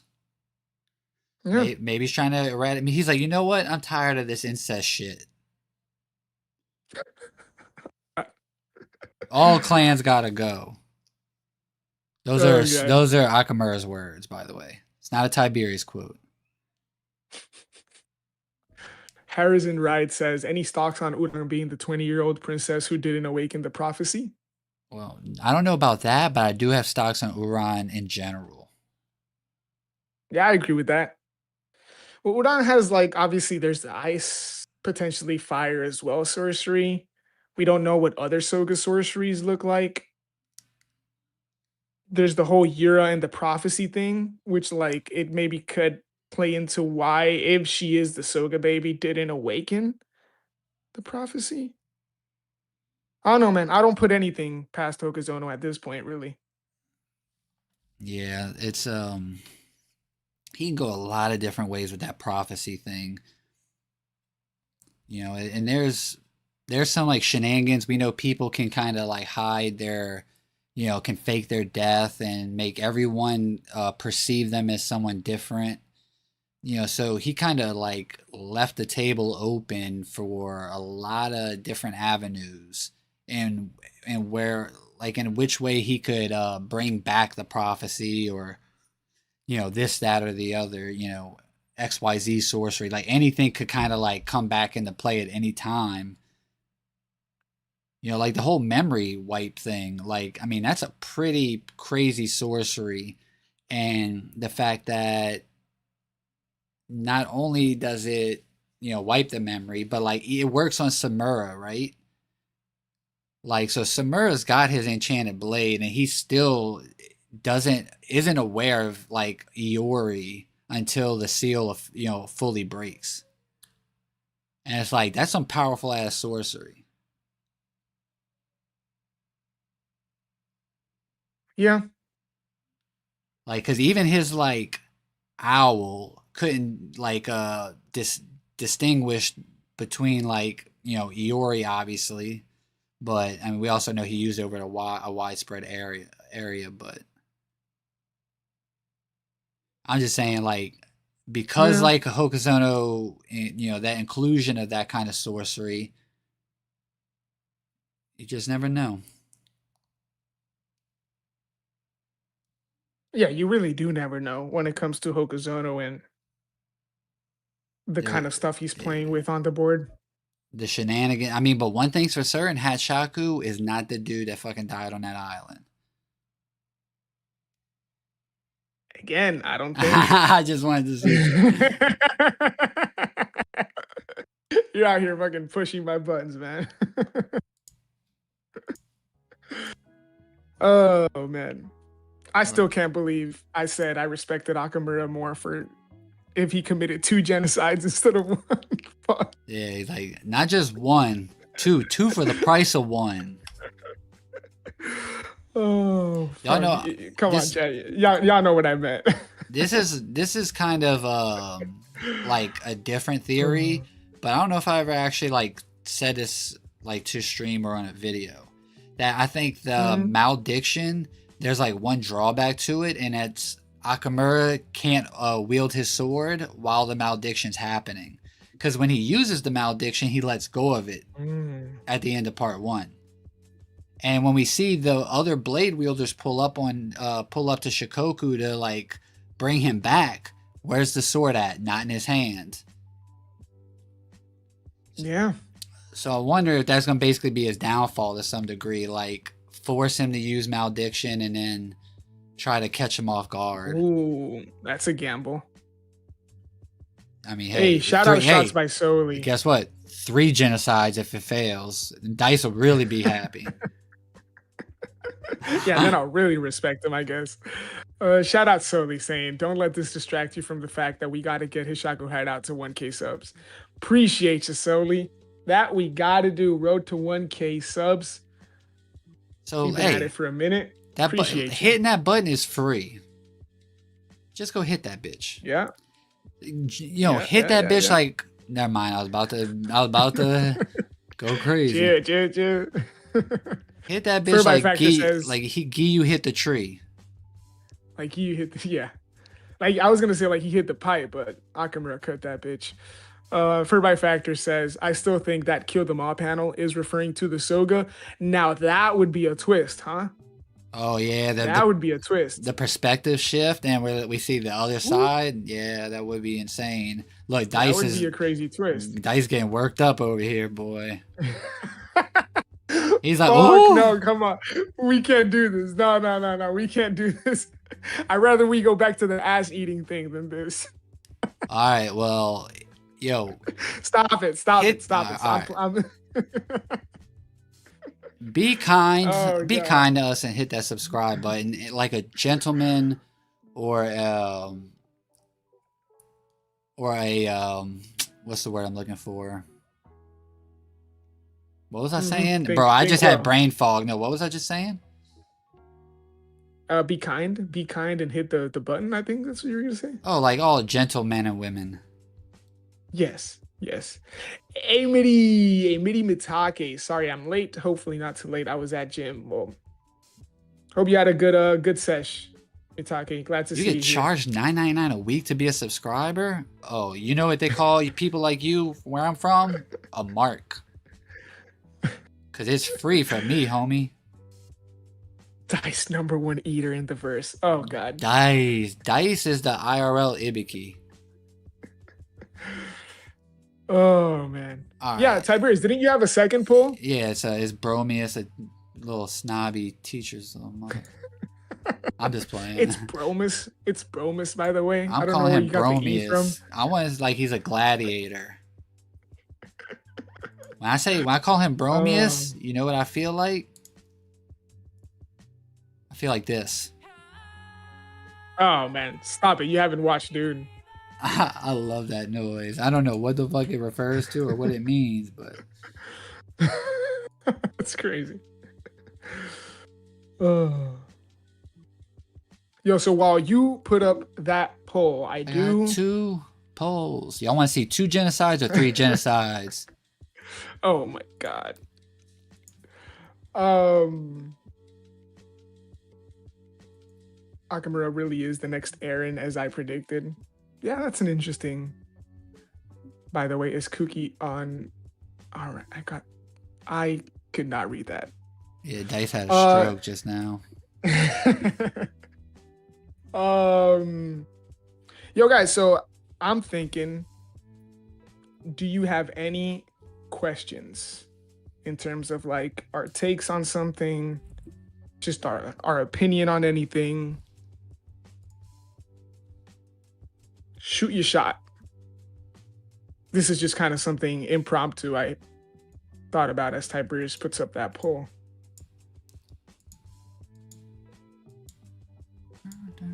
Why did I post him cooking his connection for like 18 years though? Yeah, I do not know.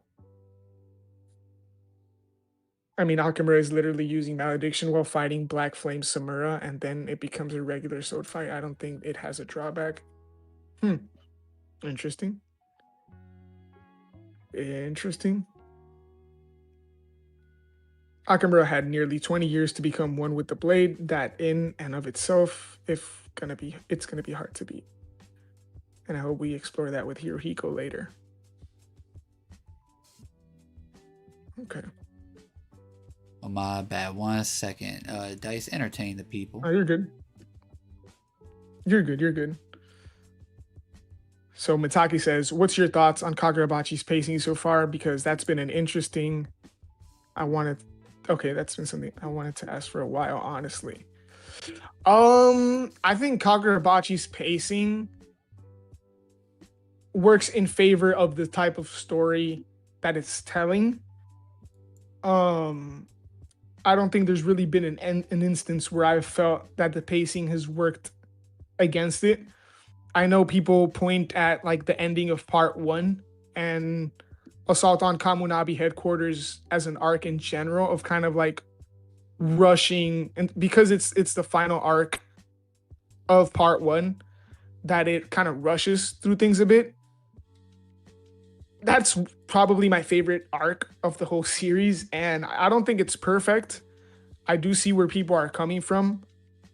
But I personally don't share those same issues. So I do think the pacing works in general in favor of Kagurabachi most of the time.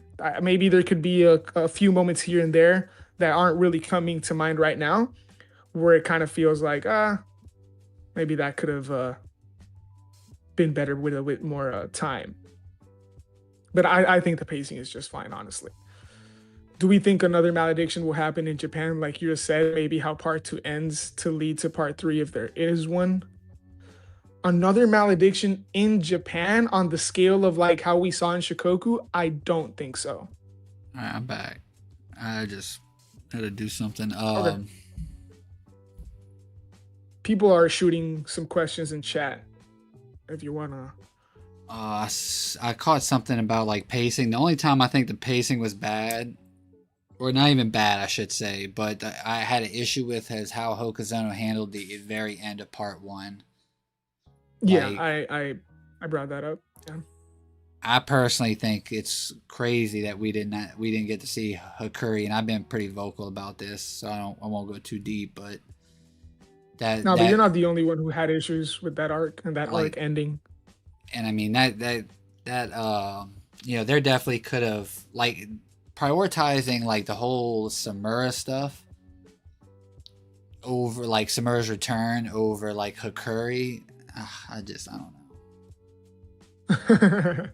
Like, I'm not saying it wasn't important, but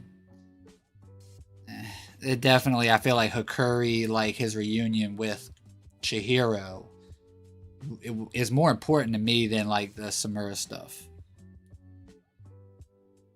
Okay, that's fair. And then a malediction, Uh, something with the malediction. I mean, yeah, that was the second question, Bambi's. we'll definitely see malediction used again, but like the Mm-hmm. size and scale is going to be very different. You know, like Yeah. he's not, because we know he's not trying to like, you know, eradicate Japan. He doesn't have just like oh, I want the world to burn. You know what I mean? And unless and he goes to off the deep end, and when he goes off on the deep end, he just starts viewing humanity as like, you know, a detriment to itself. But I mean, I don't see Yeah. Kagurabachi going that route, to be honest. Water's question was, since the eternal contracts were an afterthought, do you think the wielders could still use their main sorcery while using the blade?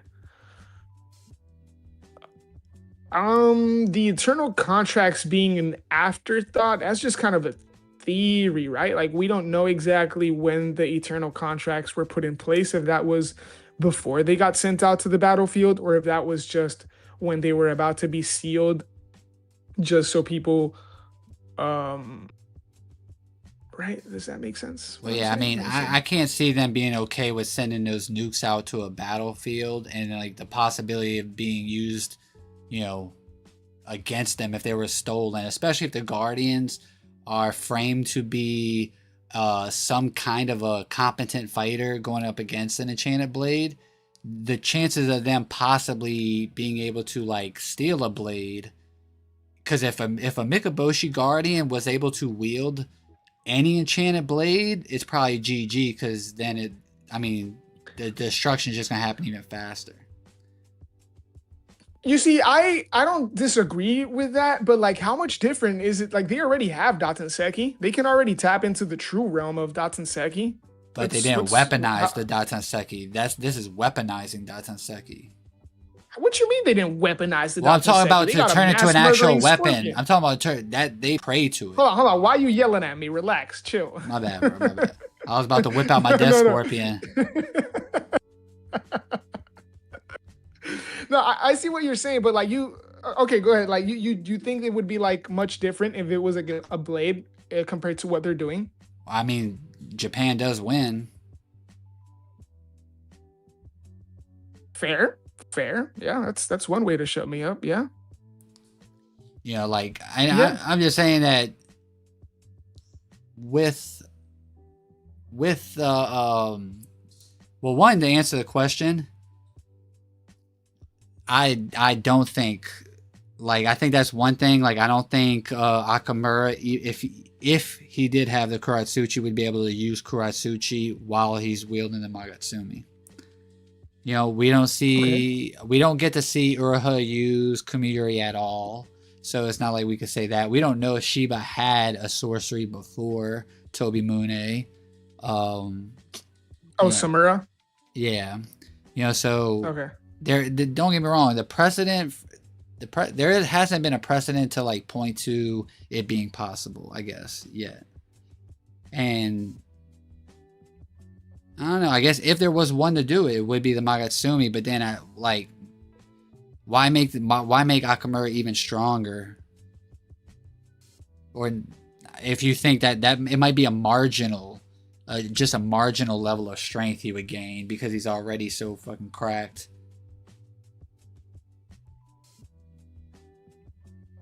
Yeah, I mean, it is true that the enchanted blades are are on a whole nother level. I mean, that's just no disputing that really.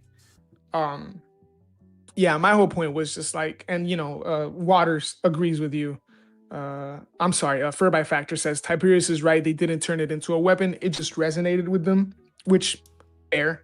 That's I can't really argue with that.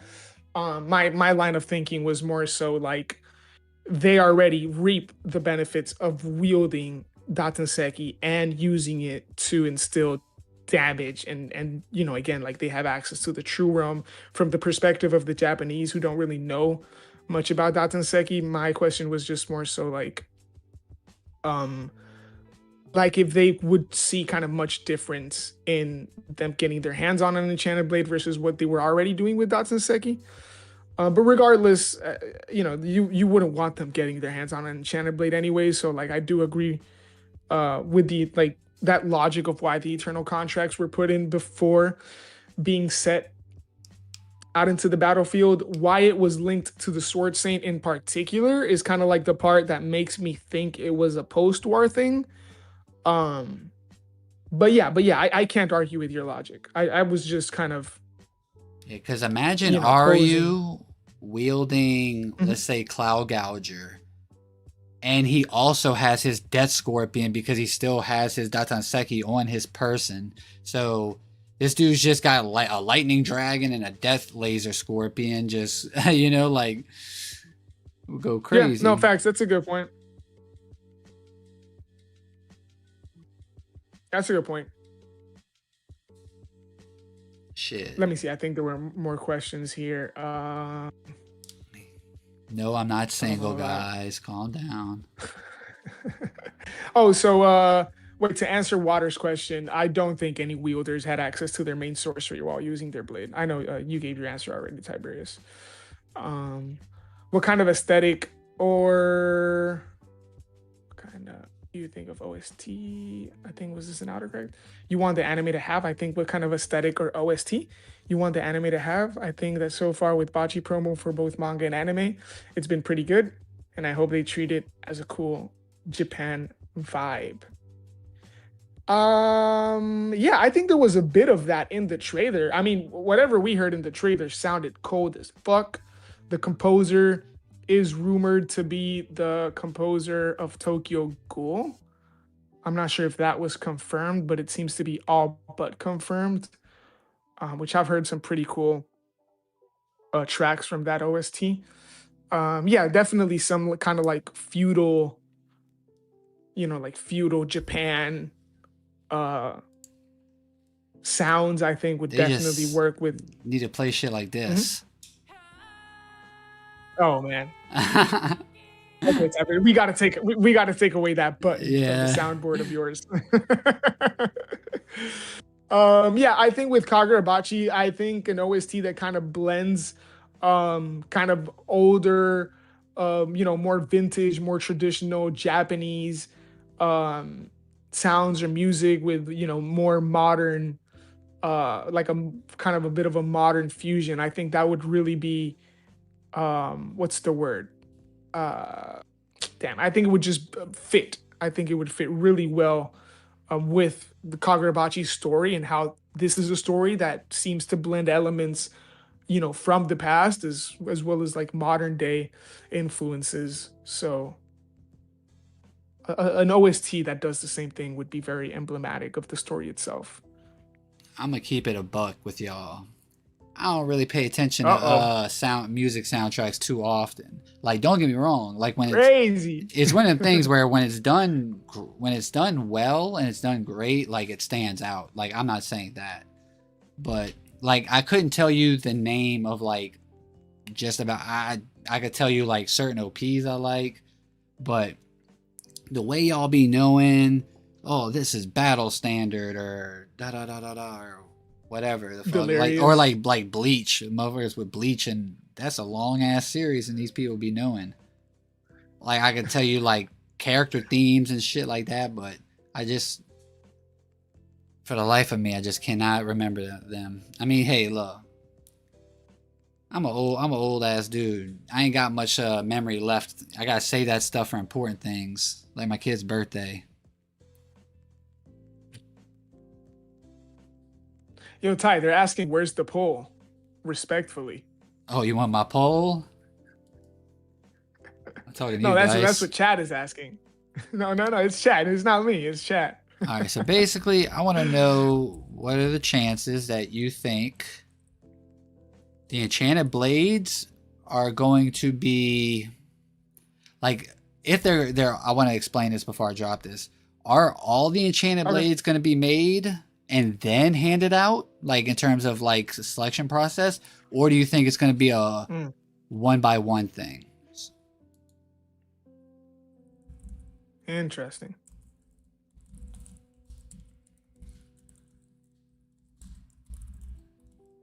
I'll let Chat vote before I give my thoughts. Harrison Wright says, "What are the odds of Chiaki foreseeing malediction and opposing Akamura?"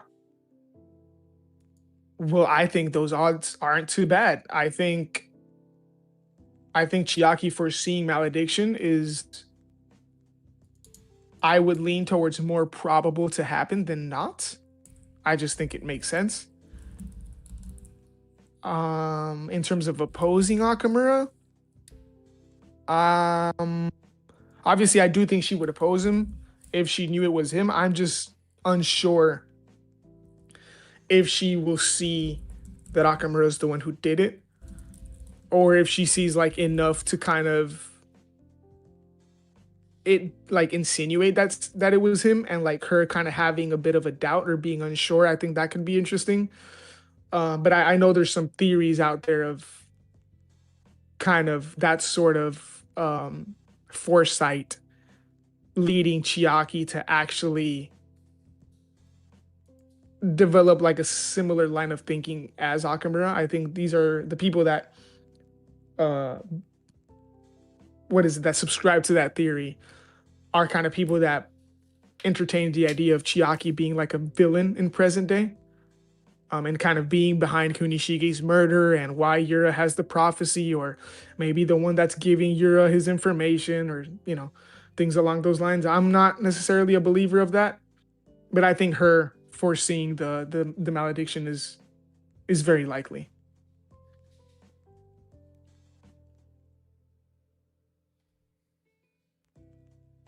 Let's Um, say if it's how a the enchanted blades were handled. yeah, if it's a Go one ahead. by one distribution of the blades, then Magatsumi has to be made first for the purpose of the eternal contracts, right? That's basically where I'm going at with this. Okay, I see. So you just turned this into a way That's to right. prop up your theory. That's right. Well, no, and I also wanted to see because, Hmm. like, there is a good part of me that thinks it was one by one, because, I mean, everything we know, like, Uruha was they say aside from the Magatsumi, they say that Uruha was, like, the last chosen blade wielder. Or, the one chosen for a contract. But we don't really know if they were like handed out once they were all finished, and maybe that's what took so long. Because if it's one by one and he's about to make one of them now, you know, there is no like statement or anything that one enchanted blade came out way earlier than the rest. Yeah, that's what I'm thinking. Like it's pretty clear that they all came in towards the end of the war. And plus, the Magatsumi can be made first, but it could also be the last one that was made into an actual like contracted blade wielder, and they just basically did the internal contracts based off of the Magatsumi sword. So whoever became the contractor of the sword, it would tie it to them. That's why it's tied to Akamura. That's a reach, but technically we don't know what exactly happened.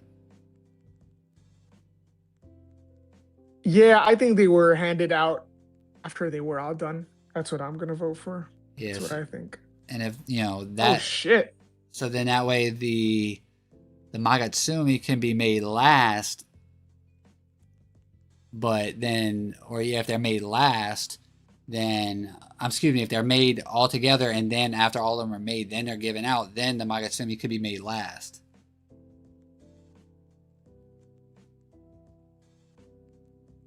Mm-hmm.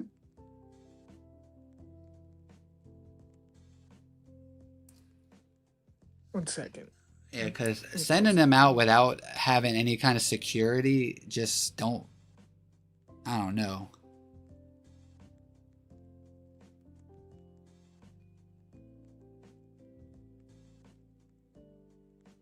Yeah.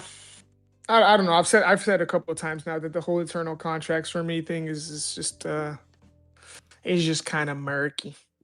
Yeah, I mean, and It's that's just one kind of of the murky. that's like the one of the oldest like dynamics. You know, that was a thing since chapter one. So he had to have like excuse me, Hokusan had to have like thought this through. Because I really am of the mind that the eternal contracts were put in place once they returned from the war. That's just me. And Sully, Because that's the he's only thing that makes sense of why they tied it to the Sword Saint. like Sully says, Magasumi has to be made last. Kunishige made it to completely destroy the Mikaboshi. But what if this first blade he is making with the feelings that they're trying to hand Chiaki off to them? This is him moving on pure emotion right now.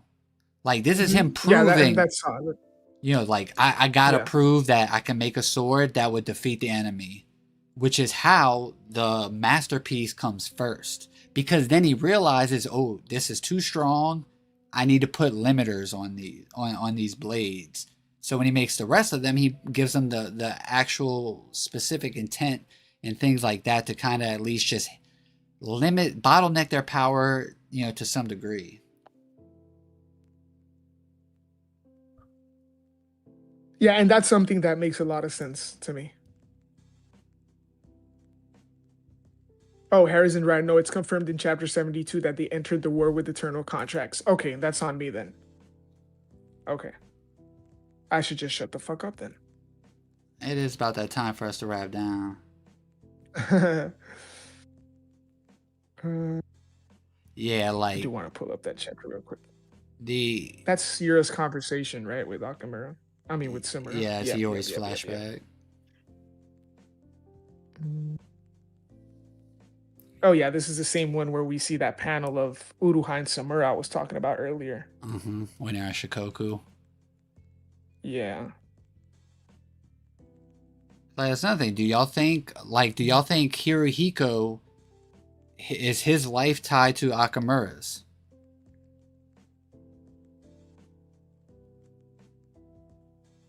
See, I've said before that I don't think so. I think Me that's a either. new contract put in place.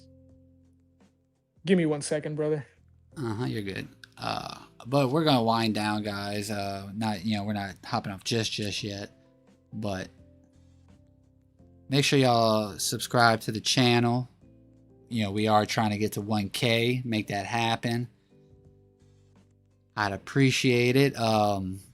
We do have like some anime content going to be coming out soon. We do plan on doing a weekly anime version of the podcast as well. Oh, yeah. So we got a lot of stuff cooking up. You know, we talked about the possibility of even maybe doing a second stream. You know,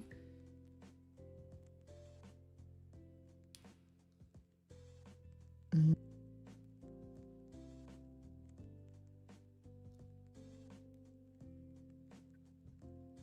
oh, the watch party. We do have to. Yeah. I'm glad you reminded me about that. Everything happening with my dad, I kind of just honestly I forgot about a lot of stuff. No, it's not Dune. It's I mean, this is I'll pull it up. This is the movie where I'm hoping for. Let me see if Yeah, I. in 72, Ichiki says, for that reason, Rokuhira and used the Shinuchi as its core and assigned it to the Sword Master, his most trusted ally. My whole thing is, why the fuck would he do that? It be your own homies. Yeah, like why would you even? I mean, I don't know. Hey, we gonna find out eventually. Yeah, yeah. Maybe there's just something I'm missing, really. Alright. Yeah, we're talking about doing a yeah, Sword of the Stranger. That's my pick. That's what I would like to do. Uh, or Red Line, Sword of the Stranger. You know, Dice ain't seen shit, so everything will be new to him. You're not wrong. The Enchanted Blade Bearers accepted that risk as they entered the war. Yeah, yeah, yeah. How could they know their comrade would become their enemy? I expect all my homies to become my Hmm. enemies. Like Dice, I got something for his ass. Yeah, I still think. Well, I mean, maybe just is like he needed a core and it was just a Shinuchi, and it just so happens. It's just the way it works. Maybe it just wasn't deliberate. I think that's just what makes the most sense. Whatever. Whatever. Fuck no, baby. Anything Alright. else we want to cover tonight? I think that'll do for the actual chapter discussions. I mean, definitely a lit stream. Yeah, this was fun. Good talks. Alright, and I'm.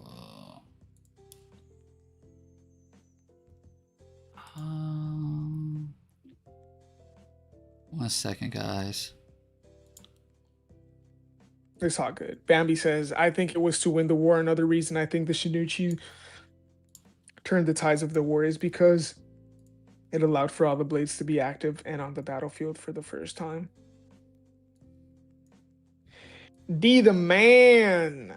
What I miss? Well, pretty much the whole stream. We're about wrapping up here.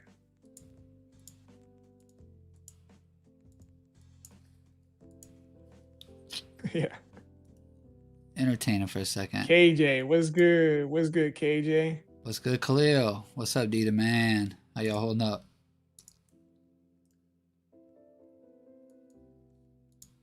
Ibuki is an Aldebaran victim, my second goat, my glorious, wonderful, and not so handsome king. And if I'm talking about Kurarushi versus Ibuki, Kurarushi, negative difficulty, and have a good night. I appreciate you, Zoni. And shout out Aldebaran. Wait, Shout out Al. who's Aldebarian? Who is that? Who's Omnicron? Y'all say he's an Omnicron victim? Nah, man, you got to get on ReZero, so you don't know. See, that's something I've watched and you haven't. I mean, I've seen season 1 though. Yeah, I guess. One foot in. Yeah. We're on season 4, little bro. Okay. But remember, I know about that. Yes. The stairs. Remember? The stairs are a monster. Yes, ReZero is so peak. It's something. I'm about to start a ReZero podcast with Ooh. Zoni.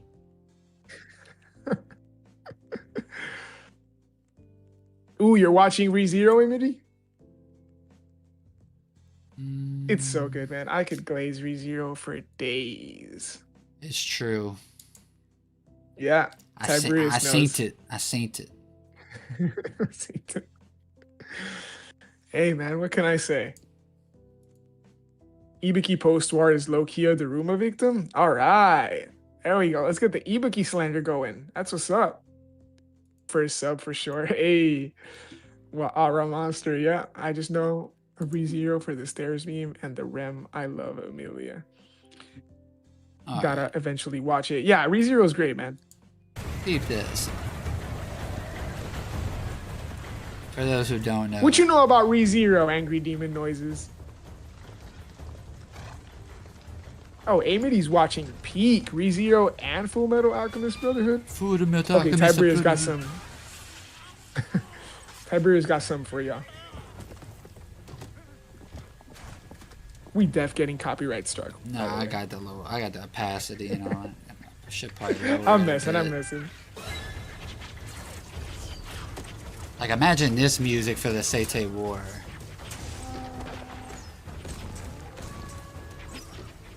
I can't hear it, but I know that shit sounds gas. It's just a lot of drums.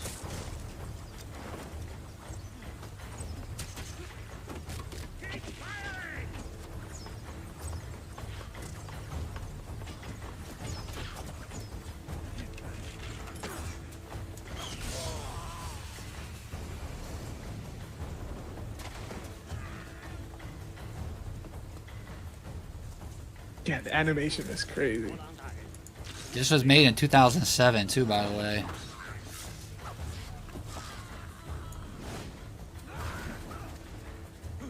It's crazy how a lot of these. Hey, see you, Bromos. Appreciate you pulling up, man. My chat has not been updated.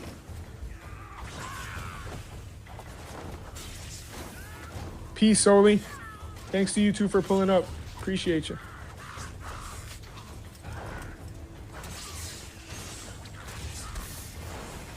Yeah, this is my what I want to watch. And this is the this is like the first scene of the movie, so it's like no spoilers or anything like that.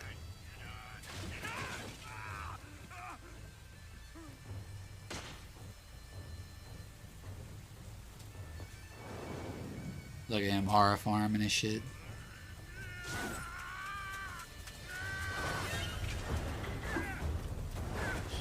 This is how Akamura gonna be moving, even without a sword.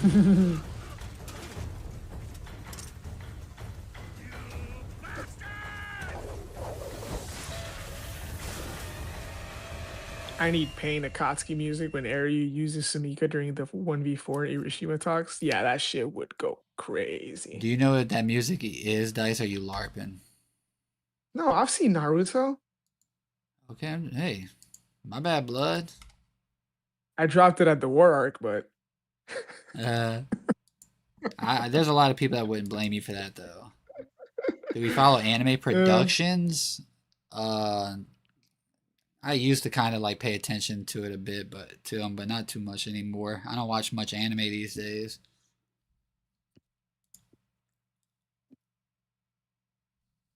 yeah, that movie looks like a good watch. Yeah, and it's got the at least top 3 best choreographed sword fight in anime, and it came out in '07. Hell, Dice, what'd I do? What? Oh, dropping Naruto. Ah, yeah, I'll take it. Flores says it would be very nice for you all to follow the Kagurabachi staff and get to know them when it comes out. Well, that would be a dream. But yeah, for sure. Once more of the staff starts getting announced, I will definitely keep an eye out. I think right now we only know about the director and what is it, the character designer, I think it is. Mm. I don't know. Wait, I feel that what's Imity. Kagurabachi? Stop it. Imagine. I feel that Imity. Trying to watch more anime, just way too busy recently. Right Yeah, now, I'm well, watching life be life, and huh? Kuroko's basketball. Kuroko no basket. Fucking sports anime, bro. Just turn on ESPN, dude. I'm watching the World Cup too. Mbappe hit 2 goals today. I Yo, did don't. you see Taporia and Pereira get knocked the fuck I out? did. I did. And your boy, fucking quit. Crazy. He quit, right? Or they threw in the towel for Ah, yeah, him. Taporia. Yeah, he didn't. Yeah, he didn't stand up after the I mean, to be in fair between rounds. though, that Yeah, he motherfucker, was. yeah, he throws Yeah. bombs. Yeah, so we got character designer, director, and the Chihiro VA, which I'm forgetting his name. It's like Tahi. I'm forgetting what his name is right now. Yeah, Yeah, those three. that motherfucker throw Yo, I made money bombs. on Gagey. Good shit, Dita, man. Good shit. Good shit. That's really Yeah, not a bad bet, because man. I'm But not that big on yeah. UFC. I'll watch fights here and there. My cousin's huge on it, Mhm. I know he's one of them ones that Ferguson. Is it Ferguson? Yeah, Tony Tony was a goat. Ferguson. Well, Tony Ferguson, Ferguson, yeah, like he just those like brawlers, and then Gaethje, like he throws like that motherfucker got like rock solid hands. yeah. Gagey's just weird, man, because he fights like a drunken uncle at a bar, but he'll He walk through some shots and like he'll throw some shots too. But like he's not the most technical or nothing. He Yeah, he's just just a brawler kind of. Flourish, yeah, I yeah. use Sakagoboru to get anime clips for depending on the series. Sakagoboru, that's a pretty gas site because you could download clips straight from that website. Studio Bones, Sword of the Stranger is made by Studio Bones. If I remember, yeah, and of course like Red Line, almost bankrupt Madhouse. That's a banger movie for y'all. All right, but I gotta get out of here. Appreciate everyone for pulling up. Always a good vibe. Yeah. Dice, have anything to say to the people? Anything you want to plug? Appreciate Videos you got? no, like you said, everybody pulling up. Solely, I'm not really watching following the World Cup this year, so I really don't even know who's in the running right now. Sorry. But yeah, Amity, Water, Solely, Flourished, KJ, D the Man, everybody else that was in here earlier, Zoni. Appreciate you guys pulling up, hanging with us, talking some bachi. It's always fun. So hope you guys have a good one. Yeah. That I was about to say something, but I cannot for the life of me remember. My brain's scattered today. Fuck today. But I can't lie. This chat and this stream definitely lifted my spirits. Yep. Which feels good. I do. I remember. I want to say I got a video dropping probably sometime this week. It's on Hey, assault. It's on the assault on Kabanabi HQ. The arc. some Chaotic. gas, We'll some gas. see. Stay tuned to that. We'll see. But other And than that, if y'all haven't joined the Discord already, the link will be in the description below. Join that. Subscribe to the channel, and we'll see you Sunday for an episode. shout out Uran. Peace. Peace. And what he said.